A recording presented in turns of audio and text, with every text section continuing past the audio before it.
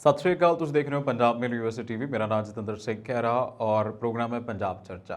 जिवें तुहानूं पता है कि इस प्रोग्राम का पैटर्न यह है कि असीं किसी एक्सपर्ट जर्नलिस्ट के नाल गलबात करते हैं और मेरे नाल फिलहाल पवनदीप शर्मा ने पोलिटिकल एनालिसिस्ट ने उन्होंने दे नाल गलबात करते हैं। पवन जी, तुहाडा स्वागत है साडे इस प्रोग्राम अंदर। ਧੰਨਵਾਦ ਜੀ। ਪੰਜਾਬ ਮੇਲ ਯੂਐਸਏ ਟੀਵੀ ਦੇਖ ਰਹੇ तमाम ਦਰਸ਼ਕਾਂ ਨੂੰ ਮੇਰੀ ਪਿਆਰ ਭਰੀ ਸਤਿ ਸ੍ਰੀ ਅਕਾਲ। ठीक पवन जी, अज दिन जोड़ा जीमनी चोणों का बाय इलैक्शन का आ, फिलहाल मैं हुणे किते पढ़ रहा सी कि हुण तक 22% चोणां हो गई ते नाल ही नाल एक खबर पढ़ रहा सीगा कि उन्ना उत्साह नहीं है जिन्ना होना चाहिए सी, क्योंकि बाय इलैक्शन है और जदों पार्टी सत्ता दे विच नवीं नवीं आई होवे फिर उस समय पार्टी वर्कर जिहड़े ने काफ़ी मेहनत करते हैं कि लोगों के उत्साह बनया रहे। बहुत सारे मीडिया उत्थे जिहड़े पहुंचे ने, जर्नलिस्ट पहुंचे ने, उन्होंने मेरे एक अद्धे नाल गलबात हुई है, कहते उन्ना उत्साह नहीं है फिलहाल। ਤੁਸੀਂ ਕਿੱਦਾਂ ਦੇਖਦੇ ਹੋ ਇਸ ਸਾਰੇ ਚੋਣ ਦੰਗਲ ਨੂੰ? ਦੇਖੋ, ਪੰਜਾਬ ਦੇ ਵਿੱਚ ਡੈਮੋਕ੍ਰੇਸੀ ਦੇ ਵਿੱਚ ਜਿਹੜਾ ਇੱਕ ਇਲੈਕਟੋਰਲ ਤੰਤਰ ਹੈਗਾ, ਜਿਹਦੇ ਵਿੱਚ ਲੋਕਾਂ ਨੇ ਆਪਣੇ ਪ੍ਰਤੀਨਿਧੀ ਚੁਣਨੇ ਹੁੰਦੇ ਆ, ਉਹਦੇ ਜੀ। ਵਿੱਚ ਪਿਛਲੇ ਬਹੁਤ ਸਾਰੇ ਲੰਬੇ ਸਮੇਂ ਤੋਂ ਅਸੀਂ ਦੇਖ ਰਹੇ ਹੈਗੇ ਆ ਕਿ ਲੋਕਾਂ ਦਾ ਜਿਹੜਾ VOTING ਦੇ ਵਿੱਚ ਰੁਝਾਨ ਹੈਗਾ ਉਹ ਘਟ ਰਿਹਾ ਹੈਗਾ। ਇਸ ਵਾਰ ਜਿਹੜੀਆਂ ਰੈਗੂਲਰ ਚੋਣਾਂ ਵੀ ਪੰਜਾਬ ਵਿਧਾਨ ਸਭਾ ਦੀਆਂ ਹੋਈਆਂ ਸੀ, ਉਸ ਵੱਡੇ ਲੈਵਲ ਦੇ ਉੱਤੇ ਜਿੱਥੇ ਐਕਸਪੈਕਟ ਕੀਤਾ ਜਾ ਰਿਹਾ ਸੀ ਕਿ ਲੋਕ ਵੋਟ ਕਰਨ ਵਾਸਤੇ ਬਾਹਰ ਆਉਣਗੇ, ਪਰ ਉਸ ਵੱਡੇ ਲੈਵਲ ਤੇ ਲੋਕ ਨਹੀਂ ਆਏ। ਹੁਣ ਜੇ ਆ ਜਾਂਦੀ ਹੈ ਪੰਜਾਬ ਦੇ ਵਿੱਚ ਆਮ ਆਦਮੀ ਪਾਰਟੀ ਦੀ ਗਵਰਨਮੈਂਟ ਹੈਗੀ ਆ ਔਰ ਜ਼ਿਮਨੀ ਚੋਣ ਹੋ ਰਹੀ ਹੈ ਸੰਗਰੂਰ ਦੇ ਵਿੱਚ, ਜਿਹਦੇ ਵਿੱਚ ਵੱਖ-ਵੱਖ ਪਾਰਟੀਆਂ ਆਪਣੇ ਕੈਂਡੀਡੇਟਸ ਉੱਤੇ ਪਲੇਸ ਕਰਕੇ ਜ਼ੋਰ ਅਜ਼ਮਾਇਸ਼ ਜਿਹੜੀਆਂ ਉਹ ਕਰ ਰਹੀਆਂ ਹੈਗੀਆਂ ਔਰ ਲੋਕਾਂ ਨੂੰ ਭਰਮਾ ਰਹੀਆਂ। ਕੋਈ ਆਪਣੇ ਪੁਰਾਣੇ ਵਾਅਦਿਆਂ ਨੂੰ ਯਾਦ ਕਰਾ ਰਿਹਾ, ਕੋਈ ਕੀਤੇ ਕੰਮਾਂ ਨੂੰ ਯਾਦ ਕਰਾ ਰਿਹਾ। ਆਮ ਆਦਮੀ ਪਾਰਟੀ ਆਪਣੀ ਗਾਰੰਟੀਜ਼ ਪੂਰੀ ਕਰਨ ਵਾਸਤੇ ਸਮਾਂ ਮੰਗ ਰਹੀ ਹੈ ਔਰ ਕਈ ਸਿੱਖ ਜਥੇਬੰਦੀਆਂ ਵੱਲੋਂ ਪੰਥਕ ਉਮੀਦਵਾਰ ਵੀ ਖਿਲਾਰੇ ਗਏ, ਜਿਹਦੇ ਨਾਲ ਲੋਕਾਂ ਨੂੰ ਬਹੁਤ ਸਾਰੀਆਂ ਵਿਜ਼ਨਸ ਲੋਕਾਂ ਦੀਆਂ ਵੱਖ-ਵੱਖ ਬਣੀਆਂ, ਨੁਕਤਾ ਨਜ਼ਰ ਬਣੇ, ਜਿਹਦੇ ਵਿੱਚ ਉਹਨਾਂ ਵਾਸਤੇ ਇੱਕ ਸਹੀ ਕੈਂਡੀਡੇਟ ਨੂੰ ਚੁਣਨ ਦਾ ਰਾਹ ਜਿਹੜਾ ਉਹ ਵੀ ਇੰਨਾ ਸੁਖਾਲਾ ਨਹੀਂ ਸੀ। ਔਰ ਇਸ ਦੇ ਵਿੱਚ ਹੀ ਸਾਡੇ ਇਸ ਟਾਈਮ ਤੱਕ, ਅਜੇ ਤੱਕ ਜਿਸ ਤਰ੍ਹਾਂ ਤੁਹਾਡੇ ਦੱਸਣ ਮੁਤਾਬਕ ਵੀ 22% VOTING ਹੋਈ ਹੈ, ਇਹਦਾ ਮਤਲਬ ਇਹ ਸਿੱਧਾ ਹੈਗਾ ਕਿ ਜਿੱਥੇ ਭਗਵੰਤ ਸਿੰਘ ਮਾਨ ਹੋਣਾ ਦਾ ਉਹ ਕਨਸਟੀਟੂਐਂਸੀ ਸੀਗੀ, ਹਲਕਾ ਸੀਗਾ, ਉਹਦੇ ਵਿੱਚ ਉਹ ਪੰਜਾਬ ਦੇ ਇਸ ਵੇਲੇ ਮੁੱਖ ਮੰਤਰੀ ਨੇ ਔਰ ਉੱਥੋਂ ਹੀ ਮੈਂਬਰ ਪਾਰਲੀਮੈਂਟ ਚੁਣ ਕੇ ਜਾਂਦੇ ਰਹੇ ਆ, ਬੜੀ ਵੱਡੀ ਲੀਡ ਦੇ ਨਾਲ ਜਿੱਤਦੇ ਵੀ ਰਹੇ ਆ, ਪਰ ਕੰਸੈਕਟਿਵਲੀ ਫਿਰ ਉਹਨਾਂ ਦੀ ਲੀਡ ਘਟਦੀ ਰਹੀ। ਔਰ ਅੱਜ ਦੇ ਸਮੇਂ ਦੇ ਵਿੱਚ ਜਿੱਥੇ ਆਮ ਆਦਮੀ ਪਾਰਟੀ ਦੇ ਮੁੱਖ ਮੰਤਰੀ ਬਣ ਗਏ, ਵੱਡੇ ਲੁਭਾਵਨੇ ਸੁਭਾਵਨੇ ਵਾਅਦੇ ਕੀਤੇ ਤੇ ਉਹਨਾਂ ਵਾਅਦਿਆਂ ਨੂੰ, ਉਹਨਾਂ ਗਾਰੰਟੀਜ਼ ਨੂੰ ਇਹਨਾਂ ਦਿਨਾਂ ਦੇ ਵਿੱਚ ਉਸ ਵੱਡੇ ਲੈਵਲ ਤੇ ਅਮਲ ਦਰਾਮਦ ਦੇ ਵਿੱਚ ਨਹੀਂ ਲੈ ਕੇ ਆ ਸਕੇ। ਸੋ ਇੱਥੋਂ ਕਲੀਅਰ ਪਤਾ ਲੱਗਦਾ ਹੈਗਾ ਕਿ ਲੋਕਾਂ ਦਾ VOTING ਦੇ ਵਿੱਚ ਰੁਝਾਨ ਜਿਹੜਾ ਅੱਗੇ ਨਾਲੋਂ ਘਟ ਰਿਹਾ ਹੈਗਾ। ਇਸ ਸਮੇਂ ਤੱਕ 22% VOTING ਹੋਣੀ ਜਾਂ ਇਹਦੇ ਨੇੜੇ ਤੇੜੇ VOTING ਹੋਣੀ ਸਿੱਧਾ ਦੱਸ ਰਿਹਾ ਹੈਗਾ ਕਿ ਲੋਕ ਜੇ ਇਨ ਦੀ ਐਂਡ ਸ਼ਾਮ ਤੱਕ, ਈਵਨਿੰਗ ਟਾਈਮ ਤੱਕ ਵੱਡੇ ਲੈਵਲ ਦੇ ਉੱਤੇ ਆ ਕੇ ਬਾਹਰ ਨਿਕਲ ਕੇ ਵੋਟਾਂ ਨਹੀਂ ਪਾਉਂਦੇ, ਤੇ ਸਾਨੂੰ ਕਿਤੇ ਨਾ ਕਿਤੇ ਸਮਝ ਦੇ ਵਿੱਚ ਆਏਗਾ ਕਿ ਲੋਕਾਂ ਦਾ ਇੰਟਰਸਟ ਜਿਹੜਾ ਹੈਗਾ ਰਾਜਨੀਤਿਕ ਪਾਰਟੀਆਂ ਤੇ ਰਾਜਨੀਤਿਕ ਸਿਸਟਮ ਦੇ ਵਿੱਚ, ਡੈਮੋਕ੍ਰੇਸੀ ਦੀ ਇਸ VOTING ਪ੍ਰੋਸੈਸ ਦੇ ਵਿੱਚ ਉਹਨਾਂ ਨਹੀਂ ਰਿਹਾ ਹੈਗਾ। ਲੋਕ ਇਹ ਮਹਿਸੂਸ ਕਰਨ ਲੱਗ ਗਏ ਹੈਗੇ ਆ ਕਿ ਸਾਰੇ ਲੀਡਰ ਜਿਹੜੇ ਇੱਕੋ ਜਿਹੇ ਹੋ ਗਏ, VOTING ਚਾਹੇ ਕਿਸੇ ਨੂੰ ਵੀ ਕਰਦੇ ਹੋ, ਵੱਡੇ ਵਾਅਦੇ ਕਰਦੇ ਆ, ਲੰਬੇ ਭਾਸ਼ਣ ਦਿੰਦੇ ਆ, ਪਰ ਜ਼ਮੀਨੀ ਪੱਧਰ ਦੇ ਉੱਤੇ ਅਸਲ ਹਕਾਇਕ ਦੇ ਵਿੱਚ ਲੋਕਾਂ ਦੇ ਹੱਕਾਂ ਦੀ ਆਵਾਜ਼ ਉਸ ਲੈਵਲ ਨਾਲ ਬੁਲੰਦ ਨਹੀਂ ਕਰਦੇ। ਸੋ ਇਸ ਕਰਕੇ ਇਹ ਸਿੱਧਾ ਸਪਸ਼ਟ ਇੱਕ ਸਿਗਨਲ ਮੈਂ ਕਹਿ ਸਕਦਾ ਹੁੰਦਾ ਹੈਗਾ ਕਿ ਜਦੋਂ ਲੋਕ ਜ਼ਿਆਦਾ ਇੰਟਰਸਟ ਸ਼ੋ ਨਾ ਕਰਨ, ਉਹ ਲੀਡਰਾਂ ਦੀ ਗੱਲਾਂ ਨੂੰ ਉਨੀ ਵੱਡੀ ਤਵੱਜੋ ਨਾ ਦੇਣ, ਜਿੱਥੇ ਮੁੱਖ ਮੰਤਰੀ ਭਗਵੰਤ ਸਿੰਘ ਮਾਨ ਹੋਣਾ ਦਾ ਉਹ ਆਪਣਾ ਹਲਕਾ ਹੋਣਾ, ਉੱਥੇ ਉਹਨਾਂ ਦੇ ਦੌਰੇ ਕਰਨੇ, ਰੈਲੀਆਂ ਕਰਨੀਆਂ, ਲੋਕਾਂ ਨੂੰ ਸੰਬੋਧਨ ਕਰਨਾ, ਵੱਡੇ ਭਾਸ਼ਣ ਦੇਣਾ, ਤੇ ਫਿਰ ਵੀ ਲੋਕ ਉਹਨੇ ਹਾਈਲੀ ਮੋਟੀਵੇਟਡ ਨਹੀਂ ਹੈਗੇ ਅਜੇ ਤੱਕ, ਜੋ ਦਿਸਣ ਦੇ ਵਿੱਚ ਸਾਹਮਣੇ ਆ ਰਿਹਾ VOTING ਦੇ ਲਈ। ਸੋ ਇਸ ਕਰਕੇ ਸਿੱਧਾ ਸਵਾਲ ਹੁੰਦਾ ਕਿ ਆਮ ਲੋਕਾਂ ਦਾ ਰੁਝਾਨ ਜਿਹੜਾ, ਜੇ ਇਸ ਲੋਕਤੰਤਰ ਦੀ, ਇਸ ਵੋਟਾਂ ਦੀ ਪ੍ਰਣਾਲੀ ਦੇ ਉੱਤੇ ਘਟਦਾ ਹੈਗਾ, ਤੇ ਇਹ ਸਾਡੇ ਡੈਮੋਕ੍ਰੇਸੀ ਦੇ ਵਾਸਤੇ ਜਿਹੜਾ ਬਹੁਤ ਹੀ ਸਿਹਤਮੰਦ ਗੱਲ ਨਹੀਂ ਹੈਗੀ। ਲੋਕਾਂ ਨੂੰ ਆਪਣਾ ਸਹੀ ਕੈਂਡੀਡੇਟ ਚੁਣਨ ਦੇ ਲਈ ਔਰ ਲੋਕਾਂ ਦੀਆਂ ਜੋ ਤਰਜੀਹਾਂ ਹੈਗੀਆਂ ਬੁਨਿਆਦੀ, ਉਹ ਪੂਰੀਆਂ ਕਰਾਉਣ ਦੇ ਲਈ ਲੋਕਾਂ ਨੂੰ ਵੱਧ ਤੋਂ ਵੱਧ ਵੋਟ ਕਰਨੀ ਚਾਹੀਦੀ ਹੈ ਔਰ ਸਹੀ ਕੈਂਡੀਡੇਟ ਨੂੰ, ਇਮਾਨਦਾਰ ਕੈਂਡੀਡੇਟ ਨੂੰ, ਜਿਹਦਾ ਇੱਕ ਅੱਛੀ ਹਿਸਟਰੀ ਹੋਵੇ, ਪ੍ਰੂਵਨ ਕੈਂਡੀਡੇਟਸ ਹੋਣ, ਉਹਨਾਂ ਪਾਰਟੀਆਂ ਦੇ ਹੀ ਕੈਂਡੀਡੇਟਸ ਨੂੰ ਅੱਛੀ VOTING ਕਰਕੇ ਜਿਤਾਉਣਾ ਚਾਹੀਦਾ ਔਰ ਤਾਂ ਹੀ ਕਿਸੇ ਹਲਕੇ ਦੀ, ਆਮ ਆਵਾਮ ਦੀ, ਲੋਕਾਂ ਦੀ ਆਵਾਜ਼ ਜਿਹੜੀ ਉਹ ਬੁਲੰਦ ਹੋ ਸਕਦੀ ਹੈ। ਅੱਛਾ ਸ਼ਰਮਾ ਸਾਹਿਬ, ਅਨਮੋਲ ਗਗਨ ਮਾਨ ਦੀ ਥੋੜ੍ਹੇ ਦਿਨ ਪਹਿਲਾਂ ਸਟੇਟਮੈਂਟ ਆਈ ਸੀ, ਕਹਿੰਦੇ ਭਾਰਤ ਦੇ ਵਿੱਚ ਕਿਤੇ ਵੀ ਜਿਹੜੀ ਹੈ ਉਹ ਆਮ ਆਦਮੀ ਪਾਰਟੀ ਹਾਰ ਸਕਦੀ ਹੈ, ਪਰ ਸੰਗਰੂਰ ਤੋਂ ਨਹੀਂ। ਤੁਹਾਨੂੰ ਲੱਗਦਾ ਹੈ ਕਿ ਹੇਰ ਫੇਰ ਹੋ ਸਕਦਾ ਹੈ ਸੰਗਰੂਰ ਦੇ ਵਿੱਚ ਵੀ, ਕਿਉਂਕਿ ਜੋ ਤੁਸੀਂ ਆਪਾਂ ਗੱਲ ਵੀ ਤੁਸੀਂ ਕਹਿ ਰਹੇ ਹੋ ਕਿ ਬਹੁਤ ਵੱਡੀ ਲੀਡ ਦੇ ਨਾਲ ਮਾਨ ਸਾਹਿਬ ਇੱਥੋਂ MP ਬਣ ਕੇ ਜਾਂਦੇ ਰਹੇ ਆ, ਹੁਣ ਉਹਨਾਂ ਦੇ ਕੋਲ ਵੱਡੀ ਜ਼ਿੰਮੇਵਾਰੀ ਹੈ। ਫਿਰ ਇਸ ਦੇ ਵਿੱਚ ਤੁਹਾਨੂੰ ਲੱਗਦਾ ਕਿ ਇਹ ਕੌਨਫੀਡੈਂਸ, ਇਹ ਐਡਾ ਸਵੈ ਮਾਣ ਜਿਹੜਾ ਆ ਉਹ ਇਸ ਕਰਕੇ ਵੀ ਹੈ ਕਿ ਅਸੀਂ ਕਿਤੇ ਹੋਰ ਹਾਰ ਸਕਦੇ ਹਾਂ, ਭਗਵੰਤ ਮਾਨ ਦੀ ਕੌਨਸਟੀਟੂਐਂਸੀ 'ਚੋਂ ਨਹੀਂ ਹਾਰ ਸਕਦੇ? ਦੇਖੋ ਰਾਜਨੀਤੀ ਦੇ ਵਿੱਚ ਕੁਝ ਵੀ ਜਿਹੜਾ ਸਪਸ਼ਟਤਾ ਦੇ ਨਾਲ ਕਹਿਣਾ ਮੈਂ ਸਮਝਦਾ ਓਨੀ ਅੱਛੀ ਗੱਲ ਨਹੀਂ ਹੁੰਦੀ। ਉਹ ਹੂੰ, ਕਹਿੰਦੇ ਆ ਕਿ ਨਜ਼ਰ ਆਪਣੀ ਆਪਣੀ, ਤਲਬ ਆਪਣੀ ਆਪਣੀ। ਕਿਸੇ ਵੀ ਲੀਡਰ ਦਾ ਚਾਪਲੂਸੀ ਭਰਿਆ ਬਿਆਨ ਦੇ ਦੇਣਾ, ਓਵਰ ਕੌਨਫੀਡੈਂਟ ਹੋ ਕੇ ਬਿਆਨ ਦੇ ਦੇਣਾ, ਆਪਣੇ ਹਲਕਿਆਂ ਦੇ ਵਿੱਚ ਹੀ ਇੰਨੀਆਂ ਵੱਡੀਆਂ ਵੱਡੀਆਂ ਮੁਸ਼ਕਲਾਂ ਉਹਨਾਂ ਦੇ ਦਰਪੇਸ਼ ਆ ਰਹੀਆਂ ਹੈਗੀਆਂ, ਔਰ ਸੰਗਰੂਰ ਦੇ ਵਿੱਚ ਉਹ ਗੱਲ ਕਰ ਰਹੇ ਆ ਕਿ ਆਮ ਆਦਮੀ ਪਾਰਟੀ ਕਦੀ ਹਾਰ ਹੀ ਨਹੀਂ ਸਕਦੀ, ਭਾਰਤ ਦੇ ਵਿੱਚੋਂ ਕਿਤੋਂ ਹਾਰ ਜਾਏ, ਇੱਥੋਂ ਨਹੀਂ ਹਾਰ ਸਕਦੀ। ਇਹ ਕਦੀ ਵੀ ਜ਼ਰੂਰੀ ਗੱਲ ਨਹੀਂ ਹੁੰਦੀ। ਸਾਰਾ ਨਤੀਜਾ, ਸਾਰੀ ਤਾਕਤ ਡੈਮੋਕ੍ਰੇਸੀ ਦੇ ਵਿੱਚ ਲੋਕਾਂ ਕੋਲ ਹੁੰਦੀ ਆ, ਹਲਕੇ ਦੇ ਲੋਕਾਂ। ਪਾਰਲੀਮੈਂਟ ਦੇ ਹਲਕੇ ਦੇ ਵਿੱਚ ਤੁਸੀਂ ਦੇਖਿਆ ਸਿਮਰਨਜੀਤ ਸਿੰਘ ਮਾਨ ਵੀ ਇਹਦੇ ਨੁਮਾਇੰਦੇ ਰਹੇ, ਕੇਵਲ ਢਿੱਲੋਂ ਵੀ ਰਹੇ, ਫਿਰ ਹੋਰ ਸਾਰੇ ਕੈਂਡੀਡੇਟਸ ਵੱਡੇ ਵੱਡੇ ਲੈਵਲ ਤੇ ਆਉਂਦੇ ਰਹੇ ਜਿਨ੍ਹਾਂ ਨੇ ਇਸ ਹਲਕੇ ਨੂੰ ਜਿਹੜਾ ਉਹਦੀ ਨੁਮਾਇੰਦਗੀ ਕੀਤੀ ਹੈਗੀ ਆ। ਪਰ ਕਦੀ ਵੀ ਰਾਜਨੀਤੀ ਦੇ ਵਿੱਚ ਇੱਕੋ ਜਿਹੇ ਹਾਲਾਤ ਨਹੀਂ ਬਣਦੇ, ਕੋਈ ਪੱਕਾ ਦੋਸਤ ਔਰ ਕਦੀ ਸਿਰਫ ਇੱਕ ਹੀ ਪਾਰਟੀ ਦੇ ਨਾਲ ਰਿਟੇਨ ਨਹੀਂ ਕਰਦੇ। ਹੁਣ ਦੇ ਸਿਨੈਰੀਓ ਦੇ ਵਿੱਚ ਹਾਲਾਤ ਬਦਲ ਗਏ, ਲੋਕਾਂ ਦੀ ਸੋਚ ਬਦਲ ਗਈ। ਪਿਛਲੇ ਸਮੇਂ ਦੇ ਵਿੱਚ ਮੂਸੇਵਾਲਾ ਜੋ ਕਿ ਬੜੇ ਰਿਨੋਨਡ ਸਿੰਗਰ ਨੇ ਸਾਡੇ ਇੰਟਰਨੈਸ਼ਨਲ ਸਿੰਗਰ, ਉਹਨਾਂ ਦੀ ਹੱਤਿਆ ਹੋਣਾ, ਲੋਕਾਂ ਦੇ ਮਨਾਂ ਦੇ ਵਿੱਚ ਰੋਸ਼ ਆਉਣਾ, ਸਿਮਰਨਜੀਤ ਸਿੰਘ ਮਾਨ ਦਾ ਗੀਤਾਂ ਦੇ ਵਿੱਚ ਉਹਨਾਂ ਦਾ ਨਾਮ ਲੈਣਾ, ਇੰਟੈਲੈਕਚੁਅਲੀ ਹਮਾਇਤ ਕਰਨ ਦੀ ਗੱਲ ਕਰਨੀ, ਫਿਰ ਉਸ ਮੁੱਦਿਆਂ ਨੂੰ ਭਖਾਉਣ ਦੀ ਗੱਲ ਕਰਨੀ, ਇਹ ਸਾਰੀਆਂ ਗੱਲਾਂ ਜਿਹੜੀਆਂ ਹੈਗੀਆਂ ਹੁਣ ਆਮ ਆਦਮੀ ਪਾਰਟੀ ਲਈ ਰਾਹ ਜਿਹੜੇ ਆ ਉਹਨੇ ਸੁਖਾਲੇ ਨਹੀਂ ਹੋਏ। ਸੋ ਇਸ ਕਰਕੇ ਅਨਮੋਲ ਗਗਨ ਮਾਨ ਆਮ ਆਦਮੀ ਪਾਰਟੀ ਦੀ ਇੱਕ ਐਮਐਲਏ ਹੈਗੀ ਹੈ ਜੋ ਕਲਾ ਕਰ ਰਹੇ ਹੈਗੇ ਆ। ਪਰ ਜੇ ਉਹਨਾਂ ਦੇ ਆਪ ਦੇ ਹਲਕੇ ਦੀ ਗੱਲ ਕਰੀਏ, ਤੁਸੀਂ ਖਰੜ ਏਰੀਆ ਦੇਖੋ, ਉੱਥੇ ਰਾਤ ਨੂੰ 11 ਵਜੇ ਬਿਜਲੀ ਦਾ ਜਿਹੜਾ ਉਹ ਕੱਟ ਰੈਗੂਲਰ ਲੱਗ ਜਾਂਦਾ ਹੈਗਾ, ਲੋਕਾਂ ਦੀਆਂ ਲਾਈਟਸ ਆਫ ਕਰ ਦਿੱਤੀਆਂ ਜਾਂਦੀਆਂ, ਕਿਉਂਕਿ ਉਹਨਾਂ ਕੋਲ ਉਹਨਾਂ ਸਿਸਟਮ ਹੀ ਨਹੀਂ ਹੈਗਾ, ਉਹਨਾਂ ਬੈਕਅਪ ਹੀ ਨਹੀਂ ਹੈਗਾ ਕਿ ਉਹ ਜਿਹੜੇ ਵੱਡੇ ਲੈਵਲ ਤੇ ਵਸੋਂ ਹੋ ਗਈ ਕਾਲੋਨੀਜ਼ ਬਣ ਗਈਆਂ, ਉਹਨਾਂ ਨੂੰ ਬਿਜਲੀ ਪ੍ਰੋਵਾਈਡ ਕਰ ਸਕਣ, ਸਿਸਟਮ ਨੂੰ ਰਿਟੇਨ ਕਰ ਸਕਣ। ਸੋ ਇਸ ਕਰਕੇ ਆਪਣੀਆਂ ਮੁਸ਼ਕਲਾਂ ਤੇ ਉਹਨਾਂ ਕੋਲ ਸੰਭਾਲੀਆਂ ਨਹੀਂ ਜਾ ਰਹੀਆਂ, ਔਰ ਦੂਸਰੇ ਹਲਕੇ ਦੇ ਉਹ ਏਡੇ ਏਡੇ ਵੱਡੇ ਵਾਅਦੇ, ਅਖਬਾਰੀ ਬਿਆਨ ਦੇਣੇ, ਫਲਾਣੀ ਐਮਐਸਪੀਆਂ ਦੇ ਦਾਂਗੇ, ਫਲਾਣਾ ਇਹ ਕਰ ਦਾਂਗੇ, ਇਹ ਕਿਤੇ ਵੀ ਮੈਚੁਰਿਟੀ ਜਿਹੜੀ ਹੈ ਇਹਨਾਂ ਗੱਲਾਂ ਦੇ ਵਿੱਚ ਸਾਹਮਣੇ ਨਹੀਂ ਹੁੰਦੀ। ਅਸਲੀ ਮਨਸ਼ਾ ਲੋਕਾਂ ਦੇ ਮਨ ਦੇ ਵਿੱਚ ਕੀ ਹੈ, ਪੰਜਾਬ ਦੇ ਲੋਕਾਂ ਦੇ ਮਨਾਂ ਦੇ ਵਿੱਚ ਕਿਹੜੇ ਸਮੇਂ, ਕਿਹੜੇ ਹਾਲਾਤਾਂ ਦੇ ਵਿੱਚ ਕਿਹੜੇ ਵਿਚਾਰ ਆਉਂਦੇ ਨੇ, ਇਸ ਵੇਲੇ ਕਿਸੇ ਵੀ ਸਿਆਸੀ ਜੋਤਿਸ਼ ਵੱਲੋਂ ਵੀ ਇਹ ਗੱਲ ਨੂੰ ਭਾਂਪਣਾ ਜਿਹੜਾ ਉਹ ਬੜਾ ਟਫ ਹੈਗਾ। ਪਿਛਲੇ ਸਮੇਂ ਦੇ ਵਿੱਚ ਵੀ ਜਦੋਂ ਵਿਧਾਨ ਸਭਾ ਚੋਣਾਂ ਹੋਈਆਂ, ਕਿਸੇ ਨੇ ਵੀ ਐਕਸਪੈਕਟ ਨਹੀਂ ਸੀ ਕੀਤਾ ਕਿ ਆਮ ਆਦਮੀ ਪਾਰਟੀ ਇੰਨੀ ਵੱਡੀ ਲੀਡ ਲੈ ਜਾਏਗੀ। ਖੁਦ ਆਮ ਆਦਮੀ ਪਾਰਟੀ ਨੇ ਵੀ ਗੱਲ ਹੁੰਦੇ ਆ, ਪਰ ਲੋਕ ਜਦੋਂ ਫਿਰ ਕਿਸੇ ਚੀਜ਼ ਲਈ ਧਾਰਨਾ ਆਪਣੀ ਬਣਾ ਲੈਂਦੇ ਆ, ਲੋਕ ਕਿਸੇ ਨੂੰ ਹਰਾਉਣਾ, ਜਿਤਾਉਣਾ ਲੋਕਾਂ ਦੇ ਵੱਸ ਹੁੰਦਾ। ਔਰ ਭਗਵੰਤ ਸਿੰਘ ਮਾਨ ਹੋਣਾ ਦੇ ਉੱਤੇ ਬਹੁਤ ਸਾਰੇ ਕ੍ਰਿਟਿਕਸ ਵੀ ਪਿਛਲੇ ਸਮੇਂ ਦੇ ਵਿੱਚ ਬੜੇ ਮੁਖਰ ਹੋਏ, ਤੇਜ਼ੀ ਨਾਲ ਉਹਨਾਂ ਦੀ ਵਿਰੋਧਤਾ ਵੀ ਹੋਈ, ਚਾਹੇ ਸਿਕਿਉਰਿਟੀ ਇਸ਼ੂਜ਼ ਨੂੰ ਪਬਲਿਕ ਕਰਨਾ, ਪਬਲਿਕ ਡੋਮੇਨ ਦੇ ਵਿੱਚ ਲੈ ਕੇ ਆਉਣਾ, ਜੇ ਉਸ ਤੋਂ ਬਾਅਦ ਇੱਕ ਰਣਜੀਤ ਸਿੰਗਰ ਦੀ ਹੱਤਿਆ ਹੋ ਜਾਣਾ, ਪੰਜਾਬ ਦੇ ਵਿੱਚ ਲਾਅ ਐਂਡ ਆਰਡਰ ਦੀ ਸਥਿਤੀ ਕ੍ਰਿਟੀਕਲ ਹੋਣਾ, ਪੰਜਾਬ ਦੇ ਵਿੱਚ ਬਹੁਤ ਵੱਡੇ ਲੈਵਲ ਦੇ ਉੱਤੇ ਗੈਂਗਵਾਰ ਵੱਧ ਜਾਣੀ। ਔਰ ਤੁਸੀਂ ਇਹ ਵੀ ਪ੍ਰੋਮੀਨੈਂਟਲੀ ਦੇਖੋ ਕਿ ਲੋਕ ਇਹਨਾਂ ਗੱਲਾਂ ਨੂੰ ਵੀ ਦੇਖਦੇ ਆ ਕਿ ਜੇ ਇਸ ਮੂਸੇਵਾਲਾ ਦੇ ਮਾਮਲੇ ਦੇ ਵਿੱਚ ਵੀ, ਕਿਉਂਕਿ ਚੋਣਾਂ ਦੇ ਵਿੱਚ ਇਹਨਾਂ ਗੱਲਾਂ ਦਾ ਵੀ ਅਸਰ ਹੋਣਾ ਹੁੰਦਾ ਹੈ, ਇੱਕ ਪਬਲਿਕ ਨੂੰ ਮੈਸੇਜ ਜਾਂਦਾ ਆ, ਜਿੰਨਾ ਮਰਜ਼ੀ ਕੋਈ ਲੀਡਰ ਆਪ ਨੂੰ ਵੱਡਾ ਦਿਖਾ ਲੇ, ਵੱਡੇ ਵਾਅਦੇ ਕਰ ਲੇ, ਪਰ ਆਮ ਆਵਾਮ ਕੋਲ ਅੱਜ ਆਪ ਜੀ ਵਰਗੇ ਮੀਡੀਆ ਰਿਸੋਰਸਸ ਹੈਗੇ ਨੇ, ਲੋਕ ਇਨਫੋਰਮੇਟਿਵ ਪੂਰੇ ਇਨਫੋਰਮੇਸ਼ਨ ਦੇ ਨਾਲ ਭਰਪੂਰ ਹੁੰਦੇ ਨੇ, ਲੋਕਾਂ ਕੋਲ ਜਾਣਕਾਰੀ ਹੁੰਦੀ ਹੈ। ਔਰ ਪੰਜਾਬ ਦੇ ਵਿੱਚ ਮਾਨਸਾ ਦੇ ਵਿੱਚ ਇਹ ਵਾਰਦਾਤ ਪੇਸ਼ ਆਉਂਦੀ ਹੈ ਸਿੱਧੂ ਮੂਸੇਵਾਲਾ ਦੀ, ਔਰ ਸਾਰੀ ਗ੍ਰਿਫਤਾਰੀ, ਸਾਰੀਆਂ ਜਿਹੜੀਆਂ ਵਾਰੰਟਸ ਵਗੈਰਾ ਹੈਗੇ ਆ, ਉਹ ਦਿੱਲੀ ਪੁਲਿਸ ਸਾਰਿਆਂ ਨੂੰ ਟ੍ਰੇਸ ਕਰ ਰਹੀ ਹੈਗੀ ਆ। ਪੰਜਾਬ ਪੁਲਿਸ ਸਿਰਫ ਲਾਰੈਂਸ ਬਿਸ਼ਨੋਈ ਨੂੰ ਪੰਜਾਬ ਦੇ ਵਿੱਚ ਲਿਆਇਆ ਹੀ ਰਿਮਾਂਡ ਦੇ ਉੱਤੇ, ਔਰ ਸਮਝਣ ਦੀ ਗੱਲ ਹੈਗੀ ਆ ਕਿ ਲਾਰੈਂਸ ਬਿਸ਼ਨੋਈ ਉੱਤੇ ਇਸ ਮਾਮਲੇ ਦੇ ਉੱਤੇ ਕਿਸ ਤਰ੍ਹਾਂ ਦੀ ਕੋਈ ਐਫਆਈਆਰ ਦਰਜ ਹੈ, ਜੀ ਉਹ ਜੇਲ੍ਹ ਦੇ ਵਿੱਚ ਹੈਗਾ। ਔਰ ਇਹ ਭਗਵੰਤ ਮਾਨ, ਅਰਵਿੰਦ ਕੇਜਰੀਵਾਲ ਕਹਿ ਰਹੇ ਆ ਕਿ ਜੇਲ੍ਹਾਂ ਤੋਂ ਨੈਕਸਸ ਚਲਾਉਂਦੇ ਜੀ। ਆ।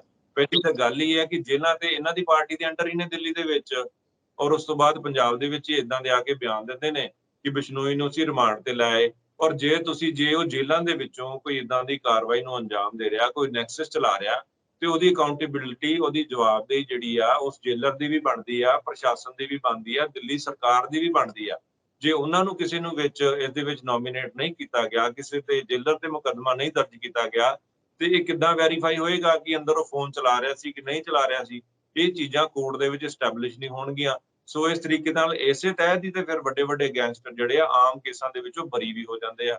ਸੋ ਇਸ ਕਰਕੇ ਇਹ ਸਾਰੀਆਂ ਚੀਜ਼ਾਂ ਨੂੰ ਆਮ ਆਵਾਮ ਬੜੀ ਚੰਗੀ ਤਰ੍ਹਾਂ ਸਮਝ ਰਹੀ ਹੈਗੀ ਆ ਕਿ ਲੋਕ, ਇਹ ਪੰਜਾਬ ਦੀ ਸਰਕਾਰ, ਲਾਅ ਐਂਡ ਆਰਡਰ ਜਿਹੜਾ ਭਗਵੰਤ ਸਿੰਘ ਮਾਨ ਗ੍ਰਹਿ ਮੰਤਰੀ ਪੰਜਾਬ ਦੇ ਵੀ ਹੈਗੇ ਨੇ, ਸੋ ਉਹਨਾਂ ਨੂੰ ਉਹ ਸਮਝ ਰਹੇ ਹੈਗੇ ਆ ਕਿ ਇਹਨਾਂ ਦੀ ਕਾਰਕਰਦਗੀ ਅਮਲ ਦਰਾਮਦ ਦੇ ਵਿੱਚ ਪ੍ਰੈਕਟੀਕਲੀ ਲੋਕਾਂ ਨਾਲ ਕਿਹੋ ਜਿਹੀ ਆ।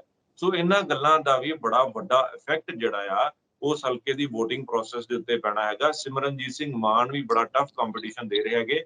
ਇਹ ਕਿਤੇ ਵੀ ਜ਼ਰੂਰੀ ਨਹੀਂ ਹੈਗਾ ਕਿ ਆਮ ਆਦਮੀ ਪਾਰਟੀ ਦਾ ਹੀ ਕੈਂਡੀਡੇਟ ਉੱਥੋਂ ਜਿੱਤੇਗਾ। ਜੀ ਸ਼ਰਮਾ ਸਾਹਿਬ, ਜਿਵੇਂ ਤੁਸੀਂ ਕਿਹਾ ਕਿ ਸਿਕਿਉਰਿਟੀ ਨੂੰ ਲੈ ਕੇ ਸਵਾਲ ਚੁੱਕੇ ਜਾਂਦੇ ਆ, ਫਿਲਹਾਲ ਕਹਿੰਦੇ ਸੀ ਕਿ 2 ਦਿਨਾਂ ਦੇ ਵਿੱਚ ਪਤਾ ਲੱਗ ਜਾਏਗਾ ਜਿਹੜਾ ਇੰਟੈਲੀਜੈਂਸ ਦੇ ਉੱਤੇ ਹਮਲਾ ਹੋਇਆ, ਬੜਾ ਟਰਾਂਸਪੇਰੈਂਸੀ ਦੇ ਨਾਲ ਕੰਮ ਹੋਏਗਾ। ਮੈਨੂੰ ਲੱਗਦਾ ਕਿ ਉਸ ਤੋਂ ਬਾਅਦ ਸਟੇਟਮੈਂਟ ਹੀ ਸੀਗੀ, ਉਸ ਤੋਂ ਬਾਅਦ ਕੁਝ ਸ਼ਾਇਦ ਇਦਾਂ ਦਾ ਕੋਈ ਫੈਕਟ ਸਾਹਮਣੇ ਆਇਆ ਕਿ ਪਤਾ ਲੱਗ ਸਕੇ ਕਿ ਕੌਣ ਸੀ, ਕਿਹਨੇ ਕੀਤਾ, ਕਿਵੇਂ ਹੋਇਆ। ਦੇਖੋ, ਇਹ ਸਾਰੀਆਂ ਗੱਲਾਂ ਜਿਹੜੀਆਂ ਪੁਲਿਸ ਦੀ ਇਨਕੁਆਇਰੀ ਦੇ ਵਿੱਚ ਚੱਲ ਰਹੀਆਂ ਹੈਗੀਆਂ, ਪਰ ਤੁਸੀਂ ਆਪ ਹੀ ਦੇਖ ਲਓ, ਇੱਕ ਮੀਡੀਆ ਸਿਸਟਮ ਦੇ ਵਿੱਚ ਤੁਸੀਂ ਵੀ ਹੈਗੇ ਹੋ, ਤੁਸੀਂ ਦੇਖ ਰਹੇ ਹੋਵੋਗੇ ਕਿ ਕੋਈ ਵੀ ਚੀਜ਼ ਕ੍ਰਿਸਟਲ ਕਲੀਅਰ ਅਜੇ ਤੱਕ ਪੰਜਾਬ ਪੁਲਿਸ ਜਾਂ ਇੰਟੈਲੀਜੈਂਸ ਏਜੰਸੀਆਂ ਦੱਸ ਹੀ ਨਹੀਂ ਸਕੀਆਂ। ਜੀ ਡੀਜੀਪੀ ਦੁਪਹਿਰੇ ਕੋਈ ਬਿਆਨ ਦਿੰਦੇ, ਉਸ ਤੋਂ ਬਾਅਦ ਮੁੱਖ ਮੰਤਰੀ ਦੇ ਝਿੜਕਣ ਤੋਂ ਬਾਅਦ ਸ਼ਾਮ ਨੂੰ ਮਾਫੀ ਮੰਗ ਕੇ ਦੂਸਰਾ ਬਿਆਨ ਦੇ ਦਿੰਦੇ ਨੇ। ਔਰ ਜਿਹੜਾ ਇੰਟੈਲੀਜੈਂਸ ਹੈੱਡਕੁਆਰਟਰ ਦੇ ਉੱਤੇ ਉਹ ਹਮਲਾ ਹੋਇਆ ਸੀ, ਜਿਹੜਾ ਲੰਡਾ ਹਰੀਕੇ ਗੈਂਗਸਟਰ ਹੈਗਾ ਜਿਸ ਨਾਮ ਦਾ, ਉਹਦੇ ਉੱਤੇ ਆਰੋਪ ਲਗਾਏ ਗਏ। ਉਹ ਕੈਨੇਡਾ ਬੈਠਾ ਜਿਹੜਾ ਇੰਟਰਵਿਊਜ਼ ਕਰ ਰਿਹਾ ਹੈਗਾ, ਉਹਨੇ ਸਾਰੀ ਇਹ ਕਾਰਕਰਦਗੀ ਪੰਜਾਬ ਪੁਲਿਸ ਦੀ ਦੱਸੀ। ਉਹਨੇ ਵੀ ਜਤਾਇਆ ਕਿ ਇਹ ਕਿਤੇ ਨਾ ਕਿਤੇ ਖੂਫੀਆ ਏਜੰਸੀਆਂ ਦੇ ਆਪਦੇ ਕੰਮ ਹੈਗੇ ਆ। ਬਹੁਤ ਸਾਰੇ ਆਰੋਪ ਪ੍ਰਤਿਆਰੋਪ ਇਹਦੇ ਉੱਤੇ ਲੱਗੇ ਆ। ਪਰ ਆਮ ਲੋਕਾਂ ਨੂੰ, ਆਮ ਆਵਾਮ ਨੂੰ, ਜਿਨ੍ਹਾਂ ਨੂੰ ਲਾਅ ਐਂਡ ਆਰਡਰ ਦੇ ਨਾਲ ਸਰੋਕਾਰ ਹੁੰਦਾ ਹੈ, ਜਿਨ੍ਹਾਂ ਨੂੰ ਆਪਣੇ ਪਰਿਵਾਰ ਦੀ ਜੀਵਨ ਸੁਰੱਖਿਆ ਦੀ ਲੋੜ ਹੁੰਦੀ ਹੈ, ਜਿਨ੍ਹਾਂ ਨੂੰ ਕਾਰੋਬਾਰਾਂ ਵਾਸਤੇ ਸੇਫਟੀ ਦੀ ਲੋੜ ਹੁੰਦੀ ਹੈ, ਉਹਨਾਂ ਲੋਕਾਂ ਨੂੰ ਇਹਨਾਂ ਸਾਰੀਆਂ ਸਿਕਿਉਰਿਟੀ ਏਜੰਸੀਜ਼ ਨੇ, ਜਿੰਨੀਆਂ ਵੀ ਸਾਡੀਆਂ ਖੂਫੀਆ ਏਜੰਸੀਜ਼ ਹੈਗੀਆਂ, ਲਾਅ ਐਂਡ ਆਰਡਰ ਜਿਹੜਾ ਸਿਸਟਮ ਮੇਨਟੇਨ ਕਰਦੇ ਆ, ਗ੍ਰਹਿ ਮੰਤਰਾਲੇ ਵੱਲੋਂ ਕੁਝ ਵੀ ਇਦਾਂ ਦੀ ਪੱਕੀ ਸੂਚਨਾ, ਪੱਕੀ ਜਾਣਕਾਰੀ ਜਾਂ ਪੱਕਾ ਇੱਕ ਇਦਾਂ ਦਾ ਰਸਤਾ ਨਹੀਂ ਦੱਸਿਆ ਗਿਆ ਜਿਹਦੇ ਉੱਤੇ ਸਮਝ ਆ ਸਕੇ ਕਿ ਫਲਾਣੇ ਬੰਦੇ ਨੇ ਹੀ ਅਟੈਕ ਕੀਤਾ ਸੀ। ਫਿਰ ਇਨਵੈਸਟੀਗੇਸ਼ਨ ਦੇ ਨਾਮ ਦੇ ਉੱਤੇ ਬਹੁਤ ਸਾਰੀਆਂ ਗੱਲਾਂ ਲੁਕਾਈਆਂ ਜਾਂਦੀਆਂ। ਤੁਸੀਂ ਮੂਸੇਵਾਲਾ ਦੇ ਮਾਮਲੇ 'ਚ ਹੀ ਦੇਖ ਲਓ ਕਿ ਜੀ ਪਹਿਲਾਂ ਗਿਆ ਜੀ AN-94 ਯੂਜ਼ ਹੋਈ ਹੋ ਸਕਦੀ ਹੈਗੀ ਆ। AK-47 ਤੇ ਵੀ ਅਜੇ ਜਿਹੜਾ ਉਹ ਉਹਨੂੰ ਸ਼ੋਰਟੀ ਦੇ ਨਾਲ ਨਹੀਂ ਕਿਹਾ ਜਾ ਰਿਹਾ। ਫਿਰ ਜੋ ਉਹਨਾਂ ਕੋਲੋਂ ਰਿਕਵਰ ਕੀਤਾ ਜਾ ਰਿਹਾ, ਉਹ ਸਟਾਰ ਦਾ ਦੇਸੀ ਵੈਪਨ ਹੈਗਾ, ਪਿਸਟਲ ਹੈਗਾ। ਉਹ ਮੈਂ ਹੋਰ ਬੜੀਆਂ, ਚਲੋ ਕਈ ਖੂਫੀਆ ਗੱਲਾਂ ਹੁੰਦੀਆਂ ਨੇ, ਟੈਕਨੀਕਲ ਗੱਲਾਂ ਹੁੰਦੀਆਂ, ਪੁਲਿਸ ਦੇ ਉੱਤੇ ਛੱਡ ਦੇਣੀਆਂ ਚਾਹੀਦੀਆਂ। ਪਰ ਜੇ ਇੱਕ ਲੇਮੈਨ ਵਾਂਗ ਜੇ ਅਸੀਂ ਸੋਚਦੇ ਹਾਂ, ਤੇ ਆਮ ਆਵਾਮ ਨੂੰ, ਪੰਜਾਬ ਦੀ ਜਨਤਾ ਨੂੰ ਆਪਣੀ ਸੁਰੱਖਿਆ ਦੇ ਨਾਲ ਇਹ ਸਰੋਕਾਰ ਹੈਗਾ। ਲੋਕਾਂ ਦੇ ਪਰਿਵਾਰ ਸੁਰੱਖਿਅਤ ਹੋਣ, ਲੋਕਾਂ ਦੇ ਕਾਰੋਬਾਰ ਸੁਰੱਖਿਅਤ ਹੋਣ, ਲੋਕੀ ਚੰਗੀ ਜਿਹੜਾ ਜੀਵਨ ਆ ਉਹ ਪੰਜਾਬ ਦੇ ਵਿੱਚ ਬਤੀਤ ਕਰ ਸਕਣ, ਲੋਕਾਂ ਨੂੰ ਐਜੂਕੇਸ਼ਨ ਮਿਲ ਜਾਵੇ, ਲੋਕਾਂ ਨੂੰ ਚੰਗੀ ਸਿਹਤ ਦੇ ਇੰਤਜ਼ਾਮ ਮਿਲ ਜਾਣ, ਲੋਕਾਂ ਨੂੰ ਵਕਾਰ ਮਿਲ ਜਾਵੇ, ਲੋਕ ਆਪਣੇ ਭੈਣ ਭਰਾਵਾਂ ਦੇ ਨਾਲ ਸ਼ਾਮ ਨੂੰ ਆਸਾਨੀ ਦੇ ਨਾਲ ਘੁੰਮ ਫਿਰ ਸਕਣ। ਅੱਜ ਦੇ ਪੰਜਾਬ ਦੇ ਉਹ ਹਾਲਾਤ ਬਣ ਗਏ ਕਿ ਜੇ ਕੋਈ ਪੈਸੇ ਲੈ ਕੇ ਜਾ ਰਿਹਾ ਹੁੰਦਾ ਹੈ ਤੇ ਉਹਦੇ ਨਾਲ ਲੁੱਟ ਹੋ ਜਾਂਦੀ ਹੈ, ਬੱਸਾਂ ਰੋਕੀਆਂ ਜਾਂਦੀਆਂ ਨੇ, ਆਮ ਝਗੜਿਆਂ ਦੇ ਵਿੱਚ ਮੌਤਾਂ ਹੁੰਦੀਆਂ ਨੇ। ਫਿਰ ਲਾਅ ਐਂਡ ਆਰਡਰ ਦੀ ਜਿਹੜੀ ਸਥਿਤੀ ਹੈਗੀ, ਉਹਨੂੰ ਪੁਲਿਸ ਜਿਹੜੀ ਉਹ ਟੈਕਨੀਕਲੀ ਕਿੱਦਾਂ ਡਾਇਵਰਟ ਕਰਦੀ ਆ ਕਿ ਕਿਸੇ ਵੀ ਗੱਲ ਨੂੰ, ਜਿਸ ਤਰ੍ਹਾਂ ਤੁਸੀਂ ਪਹਿਲੇ ਦਿਨ ਦੇਖਿਆ ਹੋਊਗਾ ਕਿ ਮੂਸੇਵਾਲਾ ਦੇ ਮਾਮਲੇ ਦੇ ਵਿੱਚ ਡੀਜੀਪੀ ਦਾ ਬਿਆਨ ਹੈ ਕਿ ਗੈਂਗਵਾਰ ਦਾ ਮਾਮਲਾ ਹੈਗਾ। ਔਰ ਜਦੋਂ ਗੈਂਗਵਾਰ ਦੀ ਜਾਂ ਆਪਸੀ ਰੰਜਿਸ਼ ਦੀ, ਈਰਖਾਬਾਜ਼ੀ ਦੀ ਗੱਲ ਆਉਂਦੀ ਹੈ, ਤੇ ਉਹ ਸਾਰੀਆਂ ਚੀਜ਼ਾਂ ਟੈਕਨੀਕਲੀ ਲਾਅ ਐਂਡ ਆਰਡਰ ਦੀ ਸਥਿਤੀ ਤੋਂ ਬਾਹਰ ਕਰ ਦਿੱਤੀਆਂ ਜਾਂਦੀਆਂ। ਉਹ ਕਿਹਾ ਜਾਂਦਾ ਕਿ ਈਰਖਾ ਦਾ ਮਾਮਲਾ, ਆਪਸੀ ਰੰਜਿਸ਼ ਦਾ ਮਾਮਲਾ ਹੈ। ਪਰ ਜਦੋਂ ਐਡੇ ਵੱਡੇ ਸਿਸਟਮ ਨੂੰ ਇਸ ਤਰ੍ਹਾਂ ਹੀ ਘੁਮਾ ਕੇ, ਛੋਟੀ ਜਿਹੀ ਬਿਆਨਬਾਜ਼ੀ ਕਰਕੇ, ਟੈਕਨੀਕਲ ਵੇਜ਼ ਦੇ ਨਾਲ ਇਹਨਾਂ ਚੀਜ਼ਾਂ ਨੂੰ ਬਾਹਰ ਕਰਨਾ ਹੁੰਦਾ, ਤੇ ਫਿਰ ਸਾਨੂੰ ਸਮਝ ਆਉਂਦਾ ਹੈ ਕਿ ਅੱਜ ਪੰਜਾਬ ਦੀਆਂ ਖੂਫੀਆ ਏਜੰਸੀਜ਼ ਔਰ ਗ੍ਰਹਿ ਮੰਤਰਾਲਾ ਉਸ ਤਰੀਕੇ ਦੇ ਨਾਲ ਕੁਇਕਲੀ ਉਸ ਗੱਲ ਨੂੰ ਰਿਕਵਰ ਨਹੀਂ ਕਰ ਪਾ ਰਿਹਾ, ਰਿਟੇਨ ਨਹੀਂ ਕਰ ਪਾ ਰਿਹਾ। ਆਮ ਆਵਾਮ ਦੇ ਵਿੱਚ ਤੁਸੀਂ ਡਿਪਟੀ ਸੀਐਮ ਓਪੀ ਸੋਨੀ ਨੂੰ ਵੀ ਕੱਲ ਉਹਨਾਂ ਨੇ ਕੰਪਲੇਂਟ ਦਰਜ ਕਰਾਈ ਕਿ ਉਹਨਾਂ ਨੂੰ ਧਮਕੀ ਆ ਗਈ ਹੈ। ਜਿਹੜੇ ਹਰਪ੍ਰਤਾਪ ਅਜਨਾਲਾ ਨੇ, ਉਹਨਾਂ ਨੂੰ ਵੀ ਆ ਗਈ ਹੈ। ਲੀਡਰਸ ਨੂੰ ਫਿਰ ਫਿਰੌਤੀ ਵਾਸਤੇ ਧਮਕੀ ਆ ਰਹੀਆਂ। ਸੋ ਤੁਸੀਂ ਇਹ ਓਵਰਆਲ ਇਹ ਸਾਰੇ ਮਾਮਲੇ ਦੇ ਤੋਂ ਇਹ ਸਮਝ ਸਕਦੇ ਹੋ ਕਿ ਜਿਹੜੀ ਖੂਫੀਆ ਏਜੰਸੀਆਂ ਦੀਆਂ, ਪੰਜਾਬ ਪੁਲਿਸ ਦੀ ਕਿਤੇ ਵੀ ਕਾਰਕਰਦਗੀ ਜਿਹੜੀ ਆ, ਉਹ ਕਿਤੇ ਵੀ ਉਹਨੂੰ ਅਸੀਂ ਗੁੱਡ ਨਹੀਂ ਕਹਿ ਸਕਦੇ। ਬਲੋ ਦਾ ਲੈਵਲ ਇਸ ਵੇਲੇ ਚੱਲ ਰਹੀ ਹੈ। ਅੱਛਾ, ਤੁਸੀਂ ਕਿ ਖਾਸਾ ਐਕਸਪੀਰੀਅੰਸ ਆ ਤੁਹਾਨੂੰ ਸੱਤਾ ਦੇ ਵਿੱਚ, ਯਾਨੀ ਪੋਲੀਟੀਕਲੀ ਤੁਸੀਂ ਕਵਰ ਕਰਦੇ ਰਹੇ ਹੋ। ਸ਼ਰਮਾ ਸਾਹਿਬ, ਪਹਿਲੀ ਵਾਰ ਇਦਾਂ ਦੀ ਸਿਚੁਏਸ਼ਨ ਬਣੀ ਹੈ ਜਾਂ ਬਾਕੀ ਗਵਰਨਮੈਂਟਸ ਟਾਈਮ ਵੀ ਹੁੰਦਾ? ਕਿਉਂਕਿ ਇਹਨਾਂ ਨੂੰ ਜੁਮਾ ਜੁਮਾ 4 ਕੁ ਮਹੀਨੇ ਹੋਏ ਨੇ, ਚੌਥੇ ਮਹੀਨੇ 'ਚ ਪੈਰ ਰੱਖਿਆ ਇਹਨਾਂ ਨੇ। ਜਿਵੇਂ ਆਪਾਂ ਕਹਿੰਦੇ ਹਾਂ ਕਿ ਵਾਅਦੇ ਇਹਨਾਂ ਨੇ ਵੱਡੇ ਵੱਡੇ ਕਰ ਲਿਆ, ਨੋ ਡਾਊਟ ਕੀਤੇ ਵੀ ਆ ਵਾਅਦੇ। ਪਰ ਮੈਨੂੰ ਇਹ ਦੱਸੋ, ਕਿਉਂਕਿ ਬਹੁਤ ਸਾਰੇ ਲੋਕ ਇੱਦਾਂ ਵੀ ਕਹਿੰਦੇ ਨੇ, ਜਿਹੜੇ ਪੋਲੀਟੀਕਲ ਐਨਾਲਿਸਿਸ ਨੇ, ਉਹ ਇਹ ਕਹਿੰਦੇ ਆ ਕਿ 6 ਮਹੀਨੇ ਪੀਰੀਅਡ ਜਿਹੜਾ ਗਵਰਨਮੈਂਟ ਨੂੰ ਦੇਣਾ ਚਾਹੀਦਾ ਐਟਲੀਸਟ, ਉਹਨਾਂ ਨੂੰ ਜੱਜ ਕਰਨ ਨੂੰ। ਇੱਦਾਂ ਪੋਲੀਟੀਕਲ ਲੀਡਰ ਵੀ ਸੁਣੇ, ਰਾਜਾ ਵੜਿੰਗ ਵੀ ਇੱਦਾਂ ਕਹਿੰਦੇ ਕਿ ਇਟਸ ਟੂ ਅਰਲੀ ਵੀ ਜੱਜ ਕਰਨਾ ਕਿਵੇਂ ਆ। ਅੱਛਾ, ਇਹ ਦੱਸੋ ਕਿ ਬਾਕੀ ਗਵਰਨਮੈਂਟਸ ਟਾਈਮ ਵੀ ਇੱਦਾਂ ਦੇ ਹਾਲਾਤ ਕਦੀ ਪੈਦਾ ਹੋਇਆ ਕਿ ਇਹ ਨਵੇਕਲੇ ਹਾਲਾਤ ਆ? ਦੇਖੋ, ਜਿਹੜੀ ਪਹਿਲੀ ਗੱਲ ਹੈ ਕਿ ਸਮਾਂ ਦੇਣਾ ਜਾਂ ਨਾ ਦੇਣਾ, ਇਹ ਬੜੀ ਇੰਪੋਰਟੈਂਟ ਤੁਸੀਂ ਗੱਲ ਕੀਤੀ ਆ। ਦੇਖੋ, ਪੰਜਾਬ ਦੇ ਜੋ ਹਾਲਾਤ ਹੁੰਦੇ ਆ, ਇਹ ਕਿਸੇ ਵੀ ਇੱਕ ਜ਼ਿੰਮੇਵਾਰ ਨਾਗਰਿਕ ਦੀ ਲਾਜ਼ਮ ਜ਼ਿੰਮੇਵਾਰੀ ਬਣਦੀ ਆ ਕਿ ਜੋ ਦਰਪੇਸ਼ ਉਹਦੇ ਸਾਹਮਣੇ ਆ ਰਿਹਾ ਹੁੰਦੇ ਆ, ਨਿਊਟਰਲ ਤਰੀਕੇ ਨਾਲ, ਅਨਪਲੱਗ ਤਰੀਕੇ ਦੇ ਨਾਲ ਲੋਕਾਂ ਦੇ ਸਾਹਮਣੇ ਰੱਖੇ, ਲੋਕਾਂ ਦੇ ਨਾਲ ਅਸੀਂ ਵਿਚਾਰ ਵਟਾਂਦਰਾ ਕਰੀਏ। ਉਹ ਚੈਨਲਸ ਜਾਂ ਉਹ ਪ੍ਰੋਟੋਕੋਲ ਜਿਹੜੇ ਫੋਲੋ ਕਰਦੇ ਨੇ ਸਰਕਾਰਾਂ, ਕੋਈ ਇਸ਼ਤਿਹਾਰ ਲੈ ਕੇ, ਉਹਨਾਂ ਦੀ ਮਜਬੂਰੀ ਬਣ ਜਾਂਦੀ ਹੈ ਇਹ ਗੱਲ ਕਹਿਣਾ ਕਿ ਇਹਨਾਂ ਨੂੰ ਟਾਈਮ ਦੇਣਾ ਚਾਹੀਦਾ, ਟਾਈਮ ਦੇਣਾ ਚਾਹੀਦਾ। ਜਿੱਥੇ ਮਰਡਰਸ ਹੋ ਰਹੇ ਆ, ਜਿੱਥੇ ਕਿਲਿੰਗਸ ਹੋ ਰਹੀਆਂ, ਰੰਗਦਾਰੀਆਂ ਮੰਗੀਆਂ ਜਾ ਰਹੀਆਂ, ਜਿੱਥੇ ਫਰੌਤੀਆਂ ਮੰਗੀਆਂ ਜਾ ਰਹੀਆਂ, ਦਿਨ ਦਿਹਾੜੇ ਕਤਲ ਹੋ ਰਹੇ ਆ, ਉੱਥੇ ਟਾਈਮ ਕਿਸ ਗੱਲ ਦਾ? ਇਨਸਾਨੀ ਜੀਵਨ ਜਿਹੜਾ ਉਹ ਸਭ ਤੋਂ ਉੱਪਰਲੀ ਗੱਲ ਜਿਹੜੀ ਉਹ ਮੰਨੀ ਜਾਂਦੀ ਹੈ।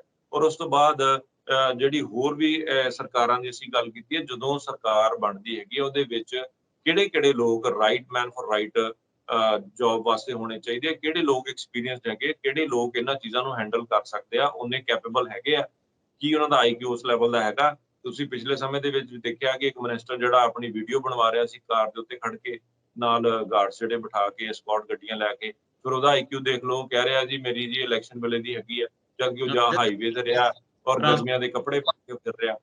ਸੋ ਤੁਸੀਂ ਉਹਨਾਂ ਦਾ ਆਈਕਿਊ ਦੇਖ ਲਓ। ਔਰ ਸਰਕਾਰ ਦੇ ਵਿੱਚ ਪੰਜਾਬ ਇੱਕ ਬਾਰਡਰ ਸਟੇਟ ਹੈਗੀ ਆ, ਪੰਜਾਬ ਦੇ ਮਸਲੇ ਮਸਾਇਲ ਬੜੇ ਵੱਡੇ ਲੈਵਲ ਤੇ ਹੈਗੇ ਆ, ਇੱਥੇ ਪਾਣੀਆਂ ਦੇ ਮਸਲੇ ਹੈਗੇ ਆ, ਇੱਥੇ ਡਰੱਗਸ ਇਸ਼ੂ ਹੈਗੇ ਆ, ਇੱਥੇ ਇਲੀਗਲ ਮਾਈਨਿੰਗ ਦੀਆਂ ਗੱਲਾਂ ਹੈਗੀਆਂ, ਇੱਥੇ ਕੇਬਲ ਮਾਫੀਆ ਦੀ ਗੱਲਾਂ ਹੈਗੀਆਂ, ਇੱਥੇ ਟਰਾਂਸਪੋਰਟ ਮਾਫੀਆ ਦੀ ਗੱਲਾਂ ਹੈਗੀਆਂ। ਔਰ ਪਿਛਲੇ ਸਮੇਂ 'ਚ ਤੁਸੀਂ ਇਹਨਾਂ ਦੀ ਮੈਚੁਰਿਟੀ ਖੁਦ ਦੇ ਸਕਦੇ ਹੋ ਕਿ ਪੰਜਾਬ ਦੇ ਵਿੱਚ, ਜੇ ਜਲੰਧਰ ਦੇ ਵਿੱਚ ਇਹਨਾਂ ਨੇ ਬੱਸਾਂ ਲਾਂਚ ਕੀਤੀਆਂ ਕਿ ਦਿੱਲੀ ਨੂੰ 에ਅਰਪੋਰਟ ਤੱਕ ਜਾਣਗੀਆਂ, ਤੇ ਤੁਸੀਂ ਦੇਖੋ ਜਦੋਂ ਉਹ ਫੰਕਸ਼ਨ ਕਰਾਇਆ ਜਾਂਦਾ, ਫੰਕਸ਼ਨਰੀਜ਼ ਦੇ ਵਿੱਚ ਜਿਹੜੇ ਲੈਜਿਸਲੇਟਿਵ ਅਸੈਂਬਲੀ ਦੇ ਮੈਂਬਰ ਨੇ, ਉਹਨਾਂ ਨੂੰ ਜਿਹੜਾ ਗੈਸਟ ਗੈਲਰੀ ਦੇ ਵਿੱਚ ਬਿਠਾਇਆ ਜਾਂਦਾ, ਜਦਕਿ ਸਟੇਜ ਉੱਤੇ ਜਿਹੜੇ ਪ੍ਰੋਮੀਨੈਂਟ ਅਫਸਰ ਹੈਗੇ ਉਹਨਾਂ ਨੂੰ ਸੀਐਮ ਔਰ ਅਰਵਿੰਦ ਕੇਜਰੀਵਾਲ ਨਾਲ ਬਿਠਾ ਰਹੇ ਆ, ਪਰ ਜਿਹੜੇ ਐਮਐਲਏਜ਼ ਨੇ, ਮਿਨਿਸਟਰਸ ਨੇ, ਉਹਨਾਂ ਨੂੰ ਗੈਸਟ ਗੈਲਰੀ ਦੇ ਵਿੱਚ ਬਿਠਾਇਆ।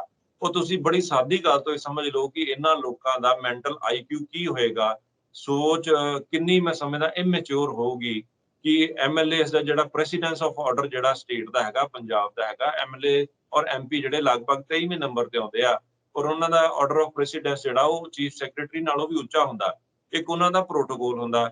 ਸੋ ਇਸ ਕਰਕੇ ਜਿਨ੍ਹਾਂ ਦਾ ਪ੍ਰੋਟੋਕੋਲ ਵੱਡਾ ਆ ਉਹਨਾਂ ਨੂੰ ਗੈਸਟ ਗੈਲਰੀ ਦੇ ਵਿੱਚ ਥੱਲੇ ਬਿਠਾ ਰਹੇ ਆ, ਜਿਨ੍ਹਾਂ ਦਾ ਪ੍ਰੋਟੋਕੋਲ ਛੋਟਾ ਉਹਨਾਂ ਨੂੰ ਨਾਲ ਬਿਠਾ ਰਹੇ ਆ। ਸੋ ਇਹ ਕਿਤੇ ਨਾ ਕਿਤੇ ਬੜੀ ਕਲੀਅਰਲੀ ਸਮਝ ਆਉਂਦਾ ਕਿ ਜਿਵੇਂ ਕਹਿੰਦੇ ਨਾ, ਅ king loves the company of fools, ਕਿ ਰਾਜੇ ਨੂੰ ਮੂਰਖਾਂ ਦੀ ਕੰਪਨੀ ਜ਼ਿਆਦਾ ਪਸੰਦ ਹੁੰਦੀ ਹੈ। ਸੋ ਫਿਰ ਇਸ ਕਰਕੇ ਉਦਾਂ ਦੇ ਲੋਕਾਂ ਨੂੰ, ਅਫਸਰਾਂ ਨੂੰ ਆਪਣੇ ਨਾਲ ਬਿਠਾ ਰਿਹਾ, ਔਰ ਜਿਨ੍ਹਾਂ ਨੂੰ ਲੋਕਾਂ ਨੇ ਚੁਣਿਆ ਉਹਨਾਂ ਨੂੰ ਥੱਲੇ ਬਿਠਾ ਦਿੱਤਾ। ਸੋ ਇਹ ਇਮੈਚੁਰਿਟੀ ਇਹਨਾਂ ਲੀਡਰਾਂ ਦੀ ਦਰਸਾਉਂਦੀ ਆ। ਇਸੇ ਤਰੀਕੇ ਨਾਲ ਇਹਨਾਂ ਕੋਲ ਲਾਅ ਐਂਡ ਆਰਡਰ ਹੈਂਡਲ ਨਹੀਂ ਹੋ ਰਿਹਾ। ਇਹਨਾਂ ਕੋਲ ਜਿਹੜੀ ਇਹਨਾਂ ਨੇ ਬੱਸਾਂ ਚਲਾਈਆਂ, ਪਹਿਲੇ ਦਿਨ ਤਾਂ ਸਵਾਰੀ ਕੋਈ ਨਹੀਂ ਗਈ ਅੰਮ੍ਰਿਤਸਰ ਦੇ ਵਿੱਚੋਂ, ਇਹਨਾਂ ਨੂੰ ਬੱਸ ਰੱਦ ਕਰਨੀ ਪਈ।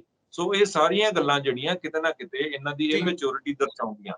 ਸ਼ਰਮਾ ਸਾਹਿਬ ਕਹਿੰਦੇ ਆ, ਜਿਵੇਂ ਤੁਸੀਂ ਕਹਿੰਦੇ ਹੋ ਕਿ ਡਰੱਗ ਹੈਗਾ ਆ, ਬਾਰਡਰ ਸਟੇਟ ਹੈ, ਇੱਥੇ ਰੇਤ ਮਾਈਨਿੰਗ ਹੈ, ਕਰਪਸ਼ਨ ਹੈ, ਅੱਜ ਕੱਲ੍ਹ ਗੈਂਗਸ ਵੀ ਨੇ ਬਹੁਤ, ਪਰ ਉਹ ਵੀ ਕਹਿੰਦੇ ਆ ਕਿ ਇਹ ਕਿਹੜਾ ਵੀ ਅਸੀਂ ਪੈਦਾ ਕੀਤੀਆਂ, ਅਸੀਂ 3 ਮਹੀਨੇ 'ਚ ਆ ਕੇ ਤਾਂ ਪੈਦਾ ਨਹੀਂ ਕੀਤੀਆਂ। ਥੋੜ੍ਹੇ ਦਿਨ ਪਹਿਲਾਂ ਮੈਂ ਸਟੇਟਮੈਂਟ ਸੁਣ ਰਿਹਾ ਸੀਗਾ ਰਾਘਵ ਚੱਡਾ ਹੋਣਾ ਦੀ, ਕਹਿੰਦੇ ਕਿ ਜਿਵੇਂ ਉਹ ਹਿੰਦੀ ਬੋਲਦੇ ਆ, ਕਹਿੰਦੇ कि पंजाब के हालात हमने थोड़ा 3 महीने में ख़राब कर दिए और हमने तो जितना भी किया शुरू किया, क्योंकि हिमाचल ਦੇ ਵਿੱਚ ਇਹਨਾਂ ਦੀ ਥੋੜ੍ਹੇ ਦਿਨ ਪਹਿਲਾਂ ਜਦੋਂ ਰੈਲੀ ਹੋਈ ਆ, ਤੇ ਸੀਐਮ ਭਗਵੰਤ ਮਾਨ ਵੀ ਕਹਿੰਦੇ ਨਜ਼ਰ ਆਏ ਆ, ਅਰਵਿੰਦ ਕੇਜਰੀਵਾਲ ਵੀ ਕਹਿੰਦੇ ਨਜ਼ਰ ਆਏ, ਕਹਿੰਦੇ ਜਿਵੇਂ ਅਸੀਂ ਭ੍ਰਿਸ਼ਟਾਚਾਰ ਇੱਥੇ ਖਤਮ ਕਰ ਦਿੱਤਾ ਸੀ, ਆਪਣੇ ਮੰਤਰੀ ਖਿਲਾਫ ਕਾਰਵਾਈ ਕੀਤੀ ਆ। ਅੱਛਾ, ਇਹਨੂੰ ਕਿੱਦਾਂ ਤੁਸੀਂ ਵੇਖਦੇ ਹੋ? ਕਿਉਂਕਿ ਵਾਕਈ ਇਹ ਗੱਲ ਤੇ ਬਣਨਯੋਗ ਹੈ ਕਿ ਇਹ ਜਿਹੜੀ ਰੇਤ ਮਾਈਨਿੰਗ ਹੈ ਇਹ ਅੱਜ ਦੀ ਨਹੀਂ। ਜੇ ਇਹ ਰਾਘਵ ਚੱਡਾ ਦੀ ਤੁਸੀਂ ਗੱਲ ਕਰ ਰਹੇ ਹੋ, ਉਹਦਾ ਪੰਜਾਬ ਦੇ ਨਾਲ ਇਸ ਤਰੀਕੇ ਦਾ ਕੋਈ ਲੈਣਾ ਦੇਣਾ ਹੁੰਦਾ ਤੇ ਸੰਗਰੂਰ ਆ ਕੇ ਚੋਣ ਪ੍ਰਚਾਰ ਨਾ ਕਰਦਾ। ਲੋਕ ਇਸ ਗੱਲ ਦਾ ਵਿਰੋਧ ਕਰਦੇ ਨੇ ਪੰਜਾਬ ਦੇ ਵਿੱਚ ਕਿ ਕਿੱਦਾਂ ਦੇ ਰਾਜ ਸਭਾ ਦੇ ਵਿੱਚ ਮੈਂਬਰ ਭੇਜੇ ਗਏ ਨੇ ਪੰਜਾਬ ਨੂੰ, ਕਿ ਇਹ ਲੋਕ ਕਿਸ ਤਰ੍ਹਾਂ ਜਾ ਕੇ ਪੰਜਾਬ ਨੂੰ ਲੀਡ ਕਰਨਗੇ। ਔਰ ਉਸ ਤੋਂ ਵੀ ਅਗਲੀ ਗੱਲ ਮੈਂ ਤੁਹਾਨੂੰ ਦੱਸ ਦਿੰਦਾ, ਜੇ ਉਹ ਕਹਿ ਰਹੇ ਕਿ ਅਸੀਂ ਪੈਦਾ ਨਹੀਂ ਕੀਤਾ ਤੇ ਖਤਮ ਕਰਨ ਵਾਸਤੇ ਹੀ ਇਹ ਲੋਕ ਆਏ ਸਨ। ਔਰ ਜੇ ਖਤਮ ਕਰਨ ਵਾਸਤੇ ਆਏ ਸਨ, ਅੱਜ ਇਹ ਬਿਆਨ ਦੇ ਰਿਹਾ, ਤੇ ਪਹਿਲਾਂ ਕਿਉਂ ਕਹਿੰਦੇ ਸੀ ਕਿ 24 ਘੰਟੇ ਦੇ ਵਿੱਚ ਅਸੀਂ ਲਾਅ ਐਂਡ ਆਰਡਰ ਨੂੰ ਸਿੱਧਾ ਕਰ ਦੇਵਾਂਗੇ। ਇਹਨਾਂ ਨੂੰ ਜਿਹੜੀ ਇਮੈਚੁਰਿਟੀ, ਦੇਖੋ ਉਮਰ ਦਾ ਤਕਾਜ਼ਾ ਵੀ ਹੁੰਦਾ, ਸੋਚ ਦਾ ਤਕਾਜ਼ਾ ਵੀ ਹੁੰਦਾ, ਕਿਸ ਦੀ ਕਿਸ ਤਰ੍ਹਾਂ ਦੀ ਨਜ਼ਰ ਆ ਉਹ ਵੀ ਬੜੀ ਇੰਪੋਰਟੈਂਟ ਹੁੰਦੀ ਹੈ। ਹਰ ਗੱਲ ਦੇ ਵਿੱਚ ਐਕਸਪੀਰੀਅੰਸ ਦਾ ਬੜਾ ਵੱਡਾ ਰੋਲ ਹੁੰਦਾ, ਇੰਟੈਂਸ਼ਨ ਦਾ ਵੀ ਰੋਲ ਹੁੰਦਾ। ਨੋ ਡਾਊਟ ਇਹ ਚਾਹੁੰਦੇ ਹੋਣਗੇ ਕਿ ਇਹ ਗੱਲਾਂ ਜਿਹੜੀਆਂ ਰੈਡੀਕੇਟ ਕੀਤੀਆਂ ਜਾਣ, ਖਤਮ ਕੀਤੀਆਂ ਜਾਣ, ਪਰ ਉਸ ਲੈਵਲ ਦੇ ਸਟੈਪਸ ਸਾਨੂੰ ਨਜ਼ਰ ਨਹੀਂ ਆ ਰਹੇ। ਕੋਈ ਏਦਾਂ ਦੀ ਕੰਕਰੀਟ ਗੱਲ ਨਹੀਂ ਕਰ ਪਾ ਰਹੇ। ਪੰਜਾਬ ਪੁਲਿਸ ਤੇਜਿੰਦਰਪਾਲ ਬੱਗਾ ਨੂੰ ਦਿੱਲੀ ਜਾ ਕੇ ਫੜਨ ਜਾਂਦੀ ਹੈ ਤੇ ਉਹਨਾਂ ਦੀ ਕਿੰਨੀ ਫਜ਼ੀਹਤ ਹੁੰਦੀ ਹੈ, ਰਾਜ ਹੀ ਹਰਿਆਣੇ ਔਰ ਦਿੱਲੀ ਦੀ ਪੁਲਿਸ ਉਹਨਾਂ ਨੂੰ ਘੇਰ ਕੇ ਆਪਣਾ ਬੰਦਾ ਵਾਪਸ ਲੈ ਜਾਂਦੀ ਹੈ। ਜੇ ਪੰਜਾਬ ਪੁਲਿਸ ਉਹ ਛੋਟੇ ਲੀਡਰ ਨੂੰ ਫੜਨ ਜਾ ਸਕਦੀ ਹੈ, ਤੇ ਤੁਸੀਂ ਕੀ ਸਮਝਦੇ ਹੋ ਕਿ ਇੰਨੀਆਂ ਗੈਂਗਵਾਰ ਹੋ ਗਈਆਂ, ਇੰਨੇ ਕਤਲ ਹੋ ਗਏ, ਉਹਨਾਂ ਦੇ ਵਿੱਚ ਪੰਜਾਬ ਪੁਲਿਸ ਉਸ ਲੈਵਲ ਨਾਲ ਦਿੱਲੀ ਨੂੰ ਭੱਜੀ ਸੀ?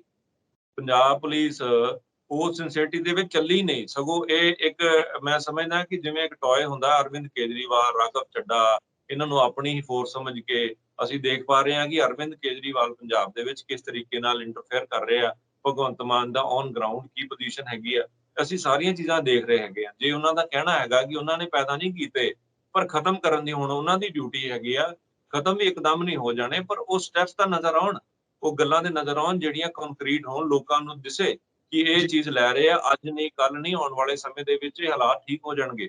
ਪਰ ਹਾਲਾਤ ਦਿਨੋਂ ਦਿਨ ਬਦਤਰ ਹੋ ਰਹੇ ਆ। ਔਰ ਜੇ ਕਰਪਸ਼ਨ ਦੇ ਮਾਮਲੇ 'ਚ ਇੱਕ ਹੋਰ ਮੈਂ ਤੁਹਾਡੇ ਸਾਹਮਣੇ ਧਿਆਨ 'ਚ ਰੱਖ ਦੇਵਾਂ ਗੱਲ, ਕਰਪਸ਼ਨ ਦੇ ਮਾਮਲੇ ਦੇ ਵਿੱਚ ਜਿਹੜੀ ਦਿੱਲੀ ਦੇ ਵਿੱਚ ਆਮ ਆਦਮੀ ਪਾਰਟੀ ਨੇ ਸਰਕਾਰ ਬਣਾਈ ਔਰ ਦਿੱਲੀ ਦੇ ਵਿੱਚ ਉਹਨਾਂ ਨੇ ਐਂਟੀ ਕਰਪਸ਼ਨ ਜਾਂ ਕਰਪਸ਼ਨ ਫ੍ਰੀ ਇੰਡੀਆ ਦੀ ਗੱਲ ਕੀਤੀ ਸੀ, ਲੋਕਪਾਲ ਦੀ ਗੱਲ ਕੀਤੀ ਸੀ। ਹੁਣ ਪੰਜਾਬ ਦੇ ਵਿੱਚ ਲੋਕਪਾਲ ਉਹਨਾਂ ਮਜ਼ਬੂਤ ਕਿਉਂ ਨਹੀਂ ਹੈਗਾ? ਐਂਟੀ ਕਰਪਸ਼ਨ ਹੈਲਪਲਾਈਨ ਜਾਰੀ ਕਰ ਦਿੱਤੀ ਕਿ ਵੀਡੀਓ ਬਣਾਓ, ਸਾਨੂੰ ਭੇਜੋ, ਅਸੀਂ ਕਾਰਵਾਈ ਕਰਾਂਗੇ। ਤੁਸੀਂ ਮੈਨੂੰ ਇੱਕ ਗੱਲ ਦਾ ਜਵਾਬ ਦੇ ਦਿਓ ਕਿ ਕੀ ਲੋਕਪਾਲ ਜਿਹੜਾ ਪੰਜਾਬ ਦੇ ਵਿੱਚ ਹੈਗਾ ਉਹਦੇ ਕੋਲ ਚੀਫ ਮਿਨਿਸਟਰ ਦਾ ਅਦਾਰਾ ਉਹਨਾਂ ਹੈਗਾ? ਜੇ ਮੁੱਖ ਮੰਤਰੀ ਆਪ ਕਰਪਸ਼ਨ ਕਰ ਦੇਵੇ ਤੇ ਫਿਰ ਉਹ ਉਹਦੇ ਉੱਤੇ ਕਾਰਵਾਈ ਕੌਣ ਕਰੇਗਾ? ਜਿਹੜੀਆਂ ਪਾਰਟੀਆਂ ਲੋਕਪਾਲ ਨੂੰ ਮਜ਼ਬੂਤ ਕਰਨ ਦੇ ਉੱਤੇ ਸਰਕਾਰ ਬਣਾਉਣ ਦੇ ਤਾਕਤ ਰੱਖਦੀਆਂ ਰਹੀਆਂ, ਦਿੱਲੀ ਵਿੱਚ ਬਣਾ ਲਈ, ਪੰਜਾਬ ਦੇ ਵਿੱਚ ਬਣਾ ਲਈ, ਅੱਜ ਲੋਕਪਾਲ ਦੀ ਗੱਲ ਕਿਉਂ ਨਹੀਂ ਕਰਦੇ? ਤੁਸੀਂ ਇਹ ਗੱਲ ਨੂੰ ਬੜੀ ਇੰਪੋਰਟੈਂਟਲੀ ਸਮਝੋ।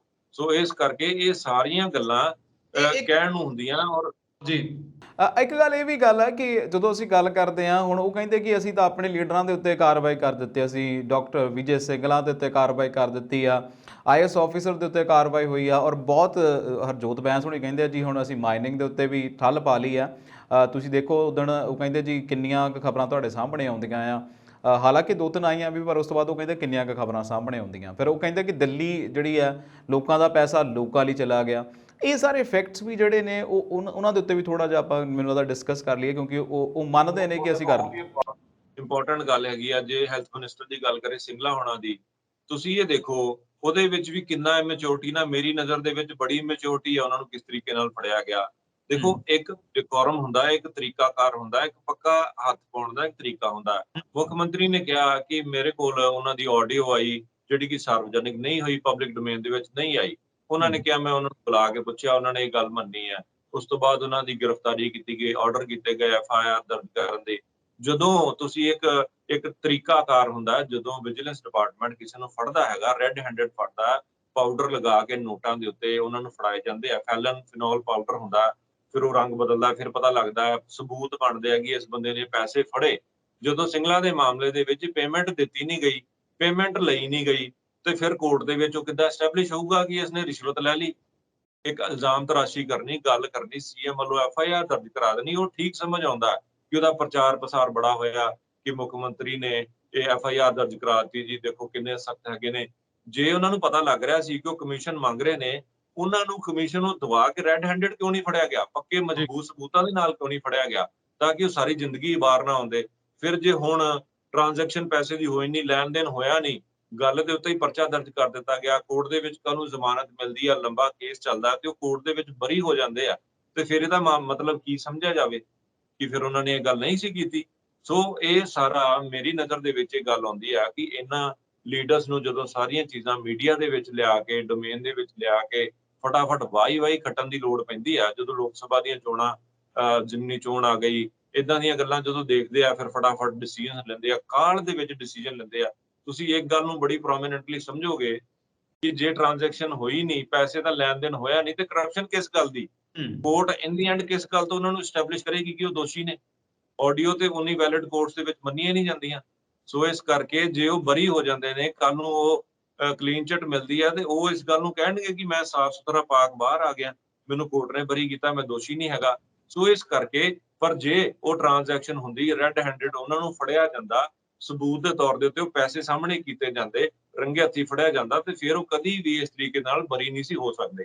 ਸੋ ਇਹ ਗੱਲਾਂ ਬੜੀਆਂ ਇੰਪੋਰਟੈਂਟ ਹੁੰਦੀਆਂ ਜਦੋਂ ਵੀ ਲੀਡਰ ਇਦਾਂ ਦੀ ਕਾਰਵਾਈਆਂ ਨੂੰ ਅੰਜਾਮ ਦਿੰਦੇ ਹੈਗੇ ਆ। ਦੇਖੋ ਹਰ ਇੱਕ ਇਹ ਗੱਲ ਕਰਦੇ ਆ, ਵੀਡੀਓਜ਼ ਭੇਜ ਦਿਓ, ਲੋਕਾਂ ਨੂੰ ਧਿਰਾਂ ਬਣਾਉਣ ਦੀ ਗੱਲ ਕਰਦੇ, ਇਹ ਆਪਣੇ ਅਦਾਰੇ ਮਜ਼ਬੂਤ ਕਿਉਂ ਨਹੀਂ ਕਰਦੇ? ਵਿਜੀਲੈਂਸ ਨੂੰ ਮਜ਼ਬੂਤ ਕਿਉਂ ਨਹੀਂ ਕਰਦੇ? ਐਂਟੀ ਕਰਪਸ਼ਨ ਅਦਾਰਿਆਂ ਨੂੰ ਮਜ਼ਬੂਤ ਉਹਨਾਂ ਕਿਉਂ ਨਹੀਂ ਕਰਦੇ ਕਿ ਜਿੱਥੇ ਵੀ ਇਦਾਂ ਦੀ ਗੱਲ ਹੋਵੇ ਉਹ ਆਪਣੇ ਲੈਵਲ ਦੇ ਉੱਤੇ ਜਾ ਕੇ ਕਾਰਵਾਈ ਕਰਨ, ਰਿਸ਼ਵਤ ਨੂੰ ਰੋਕਣ, ਅਫਸਰਾਂ ਨੂੰ ਡਰਾਉਣ, ਲੋਕਾਂ ਨੂੰ ਧਿਰ ਬਣਾਉਣਾ ਜੀ ਤੇਰੇ ਕੋਈ ਪੈਸੇ ਮੰਗਦਾ ਤੇ ਤੂੰ ਵੀ ਵੀਡੀਓ ਬਣਾ ਕੇ ਭੇਜ। ਆਮ ਲੋਕਾਂ ਦੇ ਦਫ਼ਤਰਾਂ ਦੇ ਵਿੱਚ ਝਗੜੇ ਹੁੰਦੇ ਆ, ਸਿਰ ਪਾੜਦੇ ਆ ਲੋਕ ਇੱਕ ਦੂਸਰੇ ਦਾ, ਹਰ ਬੰਦਾ ਫੋਨ ਲਈ ਫਿਰਦਾ, ਕਿਸੇ ਜੈਨੂਨ ਬੰਦੇ ਦੀ ਵੀ ਜਾ ਕੇ ਵੀਡੀਓ ਬਣਾਉਣੀ ਸ਼ੁਰੂ ਕਰ ਦਿੰਦਾ। ਇਹ ਤਰੀਕਾ ਘਰ ਜਿਹੜਾ ਉਹਨਾਂ ਐਫੀਸ਼ੀਐਂਟ ਮੇਰੀ ਨਜ਼ਰ ਦੇ ਵਿੱਚ ਨਹੀਂ ਹੈਗਾ। ਜੇ 4.5 ਲੱਖ ਲੋਕਾਂ ਨੇ ਵੀਡੀਓਜ਼ ਭੇਜ ਦਿੱਤੀਆਂ, ਸ਼ਿਕਾਇਤਾਂ ਦਰਜ ਕਰਾ ਦਿੱਤੀਆਂ, ਤੇ ਗਿਣਤੀ ਦੀਆਂ ਕੁਝ ਟਿਪਸ ਤੇ ਗਿਣ ਸਕਦੇ ਹੋ ਜਿਨ੍ਹਾਂ ਦੇ ਕੇਸਾਂ ਦੇ ਉੱਤੇ ਕਾਰਵਾਈ ਹੋਈ ਆ।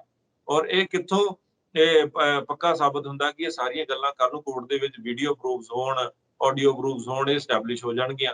ਸੋ ਇਸ ਕਰਕੇ ਇਹ ਵਾਹੀ ਖੱਟਣ ਵਾਲੀਆਂ ਗੱਲਾਂ, ਸਧਾਰਨ ਜੀਆਂ ਗੱਲਾਂ ਜਿਹਦੇ ਨਾਲ ਆਮ ਜਨਤਾ ਨੂੰ ਬੜਾ ਖੁਸ਼ ਕੀਤਾ ਜਾਂਦਾ, ਇਦਾਂ ਦੀਆਂ ਗੱਲਾਂ ਜਿਹੜੀਆਂ ਇਹ ਕਰ ਰਹੇ ਆ, ਇਹੋ ਹੀ ਕਾਰਨ ਆ ਕਿ ਰਾਘਵ ਚੱਡਾ ਦੇ ਇਸ ਬਿਆਨ ਦਾ ਕਿ ਇਹ ਗੱਲਾਂ ਅਸੀਂ ਕ੍ਰੀਏਟ ਨਹੀਂ ਕੀਤੀਆਂ, ਇਹ ਪੰਜਾਬ ਦੇ ਵਿੱਚ ਪਹਿਲਾਂ ਹੀ ਸੀ। ਇਹੋ ਹੀ ਜਵਾਬ ਰਾਘਵ ਚੱਡਾ ਨੂੰ ਹੈਗਾ ਕਿ ਤੁਸੀਂ ਤੇ ਨਹੀਂ ਕੀਤੀਆਂ, ਪਰ ਉਹਨੂੰ ਠੱਲ ਪਾਉਣ ਲਈ ਜਿਸ ਤਰੀਕੇ ਦੇ ਤੁਸੀਂ ਕਾਰਕਰਦਗੀ ਦਿਖਾ ਰਹੇ ਹੋ, ਜੋ ਸਟੈਪਸ ਤੁਸੀਂ ਲੈ ਰਹੇ ਹੋ, ਉਹ ਵੀ ਕੋਈ ਅੱਛੇ ਸਟੈਪਸ, ਮਜ਼ਬੂਤ ਸਟੈਪਸ ਨਹੀਂ ਹੈਗੇ। ਚਲੋ ਦੇਖਦੇ ਹਾਂ ਪਵਨ ਜੀ ਕੀ ਹੁੰਦਾ ਹੈ, ਕਿਉਂਕਿ ਉਹ ਕਹਿੰਦੇ ਕਿ ਸਾਨੂੰ ਸਮਾਂ ਦਿਓ, ਅਸੀਂ ਵਾਕਈ ਸਾਡੀਆਂ ਨੀਤਾਂ ਸਾਫ਼ ਆ। ਅੱਛਾ, back to the by election ਆਉਣੇ ਆ। ਸਿਮਰਨਜੀਤ ਸਿੰਘ ਮਾਨ ਦੀਆਂ ਗੱਲਾਂ ਆ ਰਹੀਆਂ ਨੇ, ਜਿਹੜਾ ਐਗਜ਼ਿਟ ਪੋਲ ਆ ਰਿਹਾ ਉਹ ਵੀ ਕਹਿ ਰਿਹਾ ਕਿ ਸਿਮਰਨਜੀਤ ਸਿੰਘ ਮਾਨ ਦੌੜ ਦੇ ਵਿੱਚ ਨੇ, ਚਾਹੇ ਉਹ ਦੂਸਰੇ ਨੰਬਰ ਦੇ ਨੇ, ਦੌੜ ਦੇ ਵਿੱਚ ਨੇ। ਤੁਹਾਨੂੰ ਕੀ ਲੱਗਦਾ ਕਿਹੜਾ ਫੈਕਟ ਜਿਹੜਾ ਸਿਮਰਨਜੀਤ ਸਿੰਘ ਮਾਨ ਦੇ ਪਿੱਛੇ ਕੰਮ ਕਰ ਰਿਹਾ? ਦੇਖੋ, ਸਿਮਰਨਜੀਤ ਸਿੰਘ ਮਾਨ ਬੜੇ ਲੰਬੇ ਸਮੇਂ ਤੋਂ ਉਸ ਹਲਕੇ ਦੇ ਵਿੱਚ ਵਿਚਰਦੇ ਵੀ ਰਹੇ ਹੈਗੇ ਆ, ਔਰ ਕਾਂਗਰਸ ਪਾਰਟੀ ਦੀ ਉਨੀ ਮਜ਼ਬੂਤੀ ਲਹਿਰ ਜਿਹੜੀ ਆ ਉਹ ਦੇਖਣ ਨੂੰ ਸਾਨੂੰ ਨਹੀਂ ਪੰਜਾਬ ਦੇ ਵਿੱਚ ਮਿਲਦੀ। ਕਾਂਗਰਸ ਛੱਡ ਕੇ ਲੋਕ ਬੀਜੇਪੀ ਦੇ ਵਿੱਚ ਜਾ ਰਹੇ ਨੇ। ਆਮ ਆਦਮੀ ਪਾਰਟੀ ਦਾ ਇਸ ਵੇਲੇ ਕਈ ਗੱਲਾਂ ਦੇ ਉੱਤੇ ਵਿਰੋਧ ਵੀ ਹੈਗਾ। ਲੋਕ ਓਕੇ। ਸਮੇਂ-ਸਮੇਂ ਦੇ ਉੱਤੇ ਮੁੱਖ ਮੰਤਰੀ ਦਾ ਵਿਰੋਧ ਵੀ ਕਰ ਰਹੇ ਹੈਗੇ ਆ, ਭਾਵੇਂ ਪਰ ਪੰਜਾਬ ਦੇ ਲੋਕ ਇਸ ਵੇਲੇ ਏਦਾਂ ਦੇ ਮੂਡ 'ਚ ਵੀ ਹੁੰਦੇ ਨੇ ਕਿ ਜੇ ਕਿਸੇ ਨੂੰ ਸਿਰ ਦਾ ਤਾਜ ਬਣਾ ਲੈਂਦੇ ਆ ਤੇ ਫਿਰ ਸਮਾਂ ਨਹੀਂ ਲਾਉਂਦੇ ਗੋਡੇ ਦੇ ਥੱਲੇ ਵੀ ਲੈਣ ਲਈ। ਸੋ ਇਸ ਕਰਕੇ ਸਿਮਰਨਜੀਤ ਸਿੰਘ ਮਾਨ ਦਾ ਪਿਛਲੇ ਸਮਾਂ ਦੇ ਵਿੱਚ ਅਸੀਂ ਦੇਖੀਏ, ਜੇ ਮੈਂ ਮੂਸੇਵਾਲੇ ਦੀ ਵੀ ਗੱਲ ਕਰਾਂ, ਉਹਨਾਂ ਨੇ ਵੀ ਆਪਣੇ ਗੀਤ ਦੇ ਵਿੱਚ ਕਿ ਜਿਨ੍ਹਾਂ ਨੇ ਸਿਮਰਨਜੀਤ ਸਿੰਘ ਮਾਨ ਵਰਗਿਆਂ ਨੂੰ ਹਰਾਤਾ, ਬੀਬੀ ਖਾਲੜਾ ਵਰਗਿਆਂ ਨੂੰ ਹਰਾਤਾ, ਚੰਗੇ ਲੀਡਰਾਂ ਨੂੰ ਹਰਾਤਾ, ਫਿਰ ਲੋਕਾਂ ਦੇ ਮਨਾਂ ਦੇ ਵਿੱਚ ਕਿਤੇ ਨਾ ਕਿਤੇ ਉਸ ਗੱਲ ਦੀ ਅਵੇਅਰਨੈਸ ਵੀ ਆਈ, ਔਰ ਪੰਥਕ ਧਿਰਾਂ ਦੇ ਵਿੱਚ ਵੀ ਹਵਾਰਾ ਵੀ ਜਿਹੜਾ ਸਿਮਰਨਜੀਤ ਸਿੰਘ ਮਾਨ ਦਾ ਸਮਰਥਨ ਕਰਨਾ, ਔਰ ਸਿਮਰਨਜੀਤ ਸਿੰਘ ਮਾਨ ਉਸ ਹਲਕੇ ਨੂੰ ਲੀਡ ਵੀ ਕਰਦੇ ਰਹੇ, ਔਰ ਬਹੁਤ ਲੰਬੇ ਸਮੇਂ ਤੋਂ ਉਸ ਗੱਲ ਦੇ ਵਿੱਚ ਵਿਚਰਦੇ ਰਹੇ। ਸੋ ਆਲ ਇਨ ਆਲ ਜਿਹੜੇ ਆਮ ਆਦਮੀ ਪਾਰਟੀ ਦੇ ਕੈਂਡੀਡੇਟ ਬਣੇ ਨੇ, ਉਹ ਨਵੇਂ ਇਨਐਕਸਪੀਰੀਅੰਸਡ ਅਜੇ ਬਣੇ ਨੇ। ਸੋ ਲੋਕਾਂ ਦਾ ਮਨ ਜਿਹੜਾ ਹੈ ਬੇਸ਼ੱਕ ਪੰਜਾਬ ਦੇ ਵਿੱਚ ਸਰਕਾਰ ਆਮ ਆਦਮੀ ਪਾਰਟੀ ਦੀ ਹੈਗੀ ਆ, ਔਰ ਅਮਲਾ, ਪ੍ਰਸ਼ਾਸਨ, ਐਡਮਿਨਿਸਟ੍ਰੇਸ਼ਨ ਔਰ ਜਿਹੜੀ ਮਸ਼ੀਨਰੀ ਹੁੰਦੀ ਹੈ ਸਰਕਾਰਾਂ ਦੀ, ਉਹ ਆਪਣੀ ਸਰਕਾਰ ਦੇ ਕੈਂਡੀਡੇਟ ਦੇ ਹਿੱਤ ਦੇ ਵਿੱਚ ਕਿਤੇ ਨਾ ਕਿਤੇ ਭੁਗਤਦੀ ਮੰਨੀ ਜਾਂਦੀ ਹੈ। ਸੋ ਇਹ ਐਜ ਤੇ ਹੁੰਦਾ ਹੀ ਹੁੰਦਾ ਆ ਜਿਹੜੀ ਰੂਲਿੰਗ ਪਾਰਟੀ ਹੁੰਦੀ ਹੈ ਸਟੇਟ ਦੇ ਵਿੱਚ। ਪਰ ਜੇ ਉਸ ਤੋਂ ਇਲਾਵਾ ਅਸੀਂ ਦੇਖੀਏ ਕਿ ਸਿਮਰਨਜੀਤ ਸਿੰਘ ਮਾਨ ਵੀ ਇੱਕ ਅਜਿਹਾ ਚਿਹਰਾ ਹੈਗਾ ਜਿਹੜਾ ਉੱਭਰ ਕੇ ਲੋਕਾਂ ਦੇ ਸਾਹਮਣੇ ਆ ਰਿਹਾ। ਇਸ ਵਾਰ ਲੋਕਾਂ ਦੇ ਮਨਾਂ ਦੇ ਵਿੱਚ ਬਦਲਾਅ ਸਾਨੂੰ ਦੇਖਣ ਨੂੰ ਮਿਲ ਰਿਹਾ, ਪਰ ਇਨ ਦੀ ਐਂਡ ਫਿਰ ਇਹ ਡਿਪੈਂਡ ਕਰਦਾ ਹੈ ਕਿ ਭਵਿੱਖ ਦੇ ਗਰਭ ਦੇ ਵਿੱਚ ਕਿਹੜੀ ਗੱਲ ਹੈਗੀ ਆ। ਲੋਕ ਵੋਟ ਕਿਸ ਨੂੰ ਪਾ ਕੇ, ਖਾਲੀ ਬਿਆਨਬਾਜ਼ੀਆਂ, ਟੀਵੀ ਸਪੀਚਸ ਜਾਂ ਇਦਾਂ ਦੀਆਂ ਗੱਲਾਂ ਤੋਂ ਪਰੇ ਹੋ ਗਏ, ਜੇ ਅਸੀਂ ਦੇਖੀਏ ਕਿ ਜ਼ਮੀਨੀ ਹਕਾਇਕ ਦੇ ਵਿੱਚ ਲੋਕ ਕਿਸ ਨੂੰ ਵੋਟ ਪਾ ਕੇ ਜਿਤਾਉਂਦੇ ਆ। ਡੈਮੋਕ੍ਰੇਸੀ ਦੀ ਜਿੱਤ ਇਨ ਦੀ ਐਂਡ ਉਹੋ ਹੀ ਮੰਨੀ ਜਾਂਦੀ ਹੈ ਜਿਸ ਨੂੰ ਲੋਕ ਜ਼ਿਆਦਾ ਵੋਟ ਕਰਨ, ਲੋਕ ਆਪਣਾ ਚਹੇਤਾ ਚੁਣ ਲੈਣ। ਸੋ ਫਿਰ ਵੀ ਜਿਹੜੀ ਤੁਸੀਂ ਗੱਲ ਕੀਤੀ, ਇਹ ਗੱਲ ਠੀਕ ਹੈਗੀ ਆ ਕਿ ਸਿਮਰਨਜੀਤ ਸਿੰਘ ਮਾਨ ਵੀ ਬੜੀ ਅੱਛੀ ਪੋਜੀਸ਼ਨ ਦੇ ਵਿੱਚ ਸੰਗਰੂਰ ਹਲਕੇ ਦੇ ਵਿੱਚ ਇਸ ਜ਼ਿਮਨੀ ਚੋਣ ਦੇ ਵਿੱਚ ਹੈਗੇ ਨੇ। ਜੀ ਪਵਨ ਜੀ, ਬਹੁਤ ਬਹੁਤ ਸ਼ੁਕਰੀਆ ਸਾਡੇ ਨਾਲ ਇਸ ਤਮਾਮ ਗੱਲਬਾਤ ਨੂੰ ਤੁਸੀਂ ਅੱਗੇ ਵਧਾਇਆ ਹੈ, ਔਰ ਉਮੀਦ ਹੈ ਕਿ ਡੈਮੋਕ੍ਰੇਸੀ ਵਾਕਈ ਉਹਦਾ ਜਿਹੜਾ ਅਸਲ, ਜਿਹੜਾ ਅਸੀਂ ਕਹਿੰਦੇ ਆਤਮਾ, ਜਿਹੜੀ ਰੂਹ ਹੈ ਉਹਦੀ, ਉਹ ਨਿਕਲ ਕੇ ਲੋਕਾਂ ਸਾਹਮਣੇ ਪ੍ਰਵਰਤ ਹੋਵੇ, ਲੋਕੀ ਆਪਣਾ ਨੁਮਾਇੰਦਾ ਚੁਣਨ। ਇੱਕ ਵਾਰ ਫਿਰ ਤੋਂ ਬਹੁਤ ਬਹੁਤ ਧੰਨਵਾਦ। ਸਤਿ ਸ਼੍ਰੀ ਅਕਾਲ।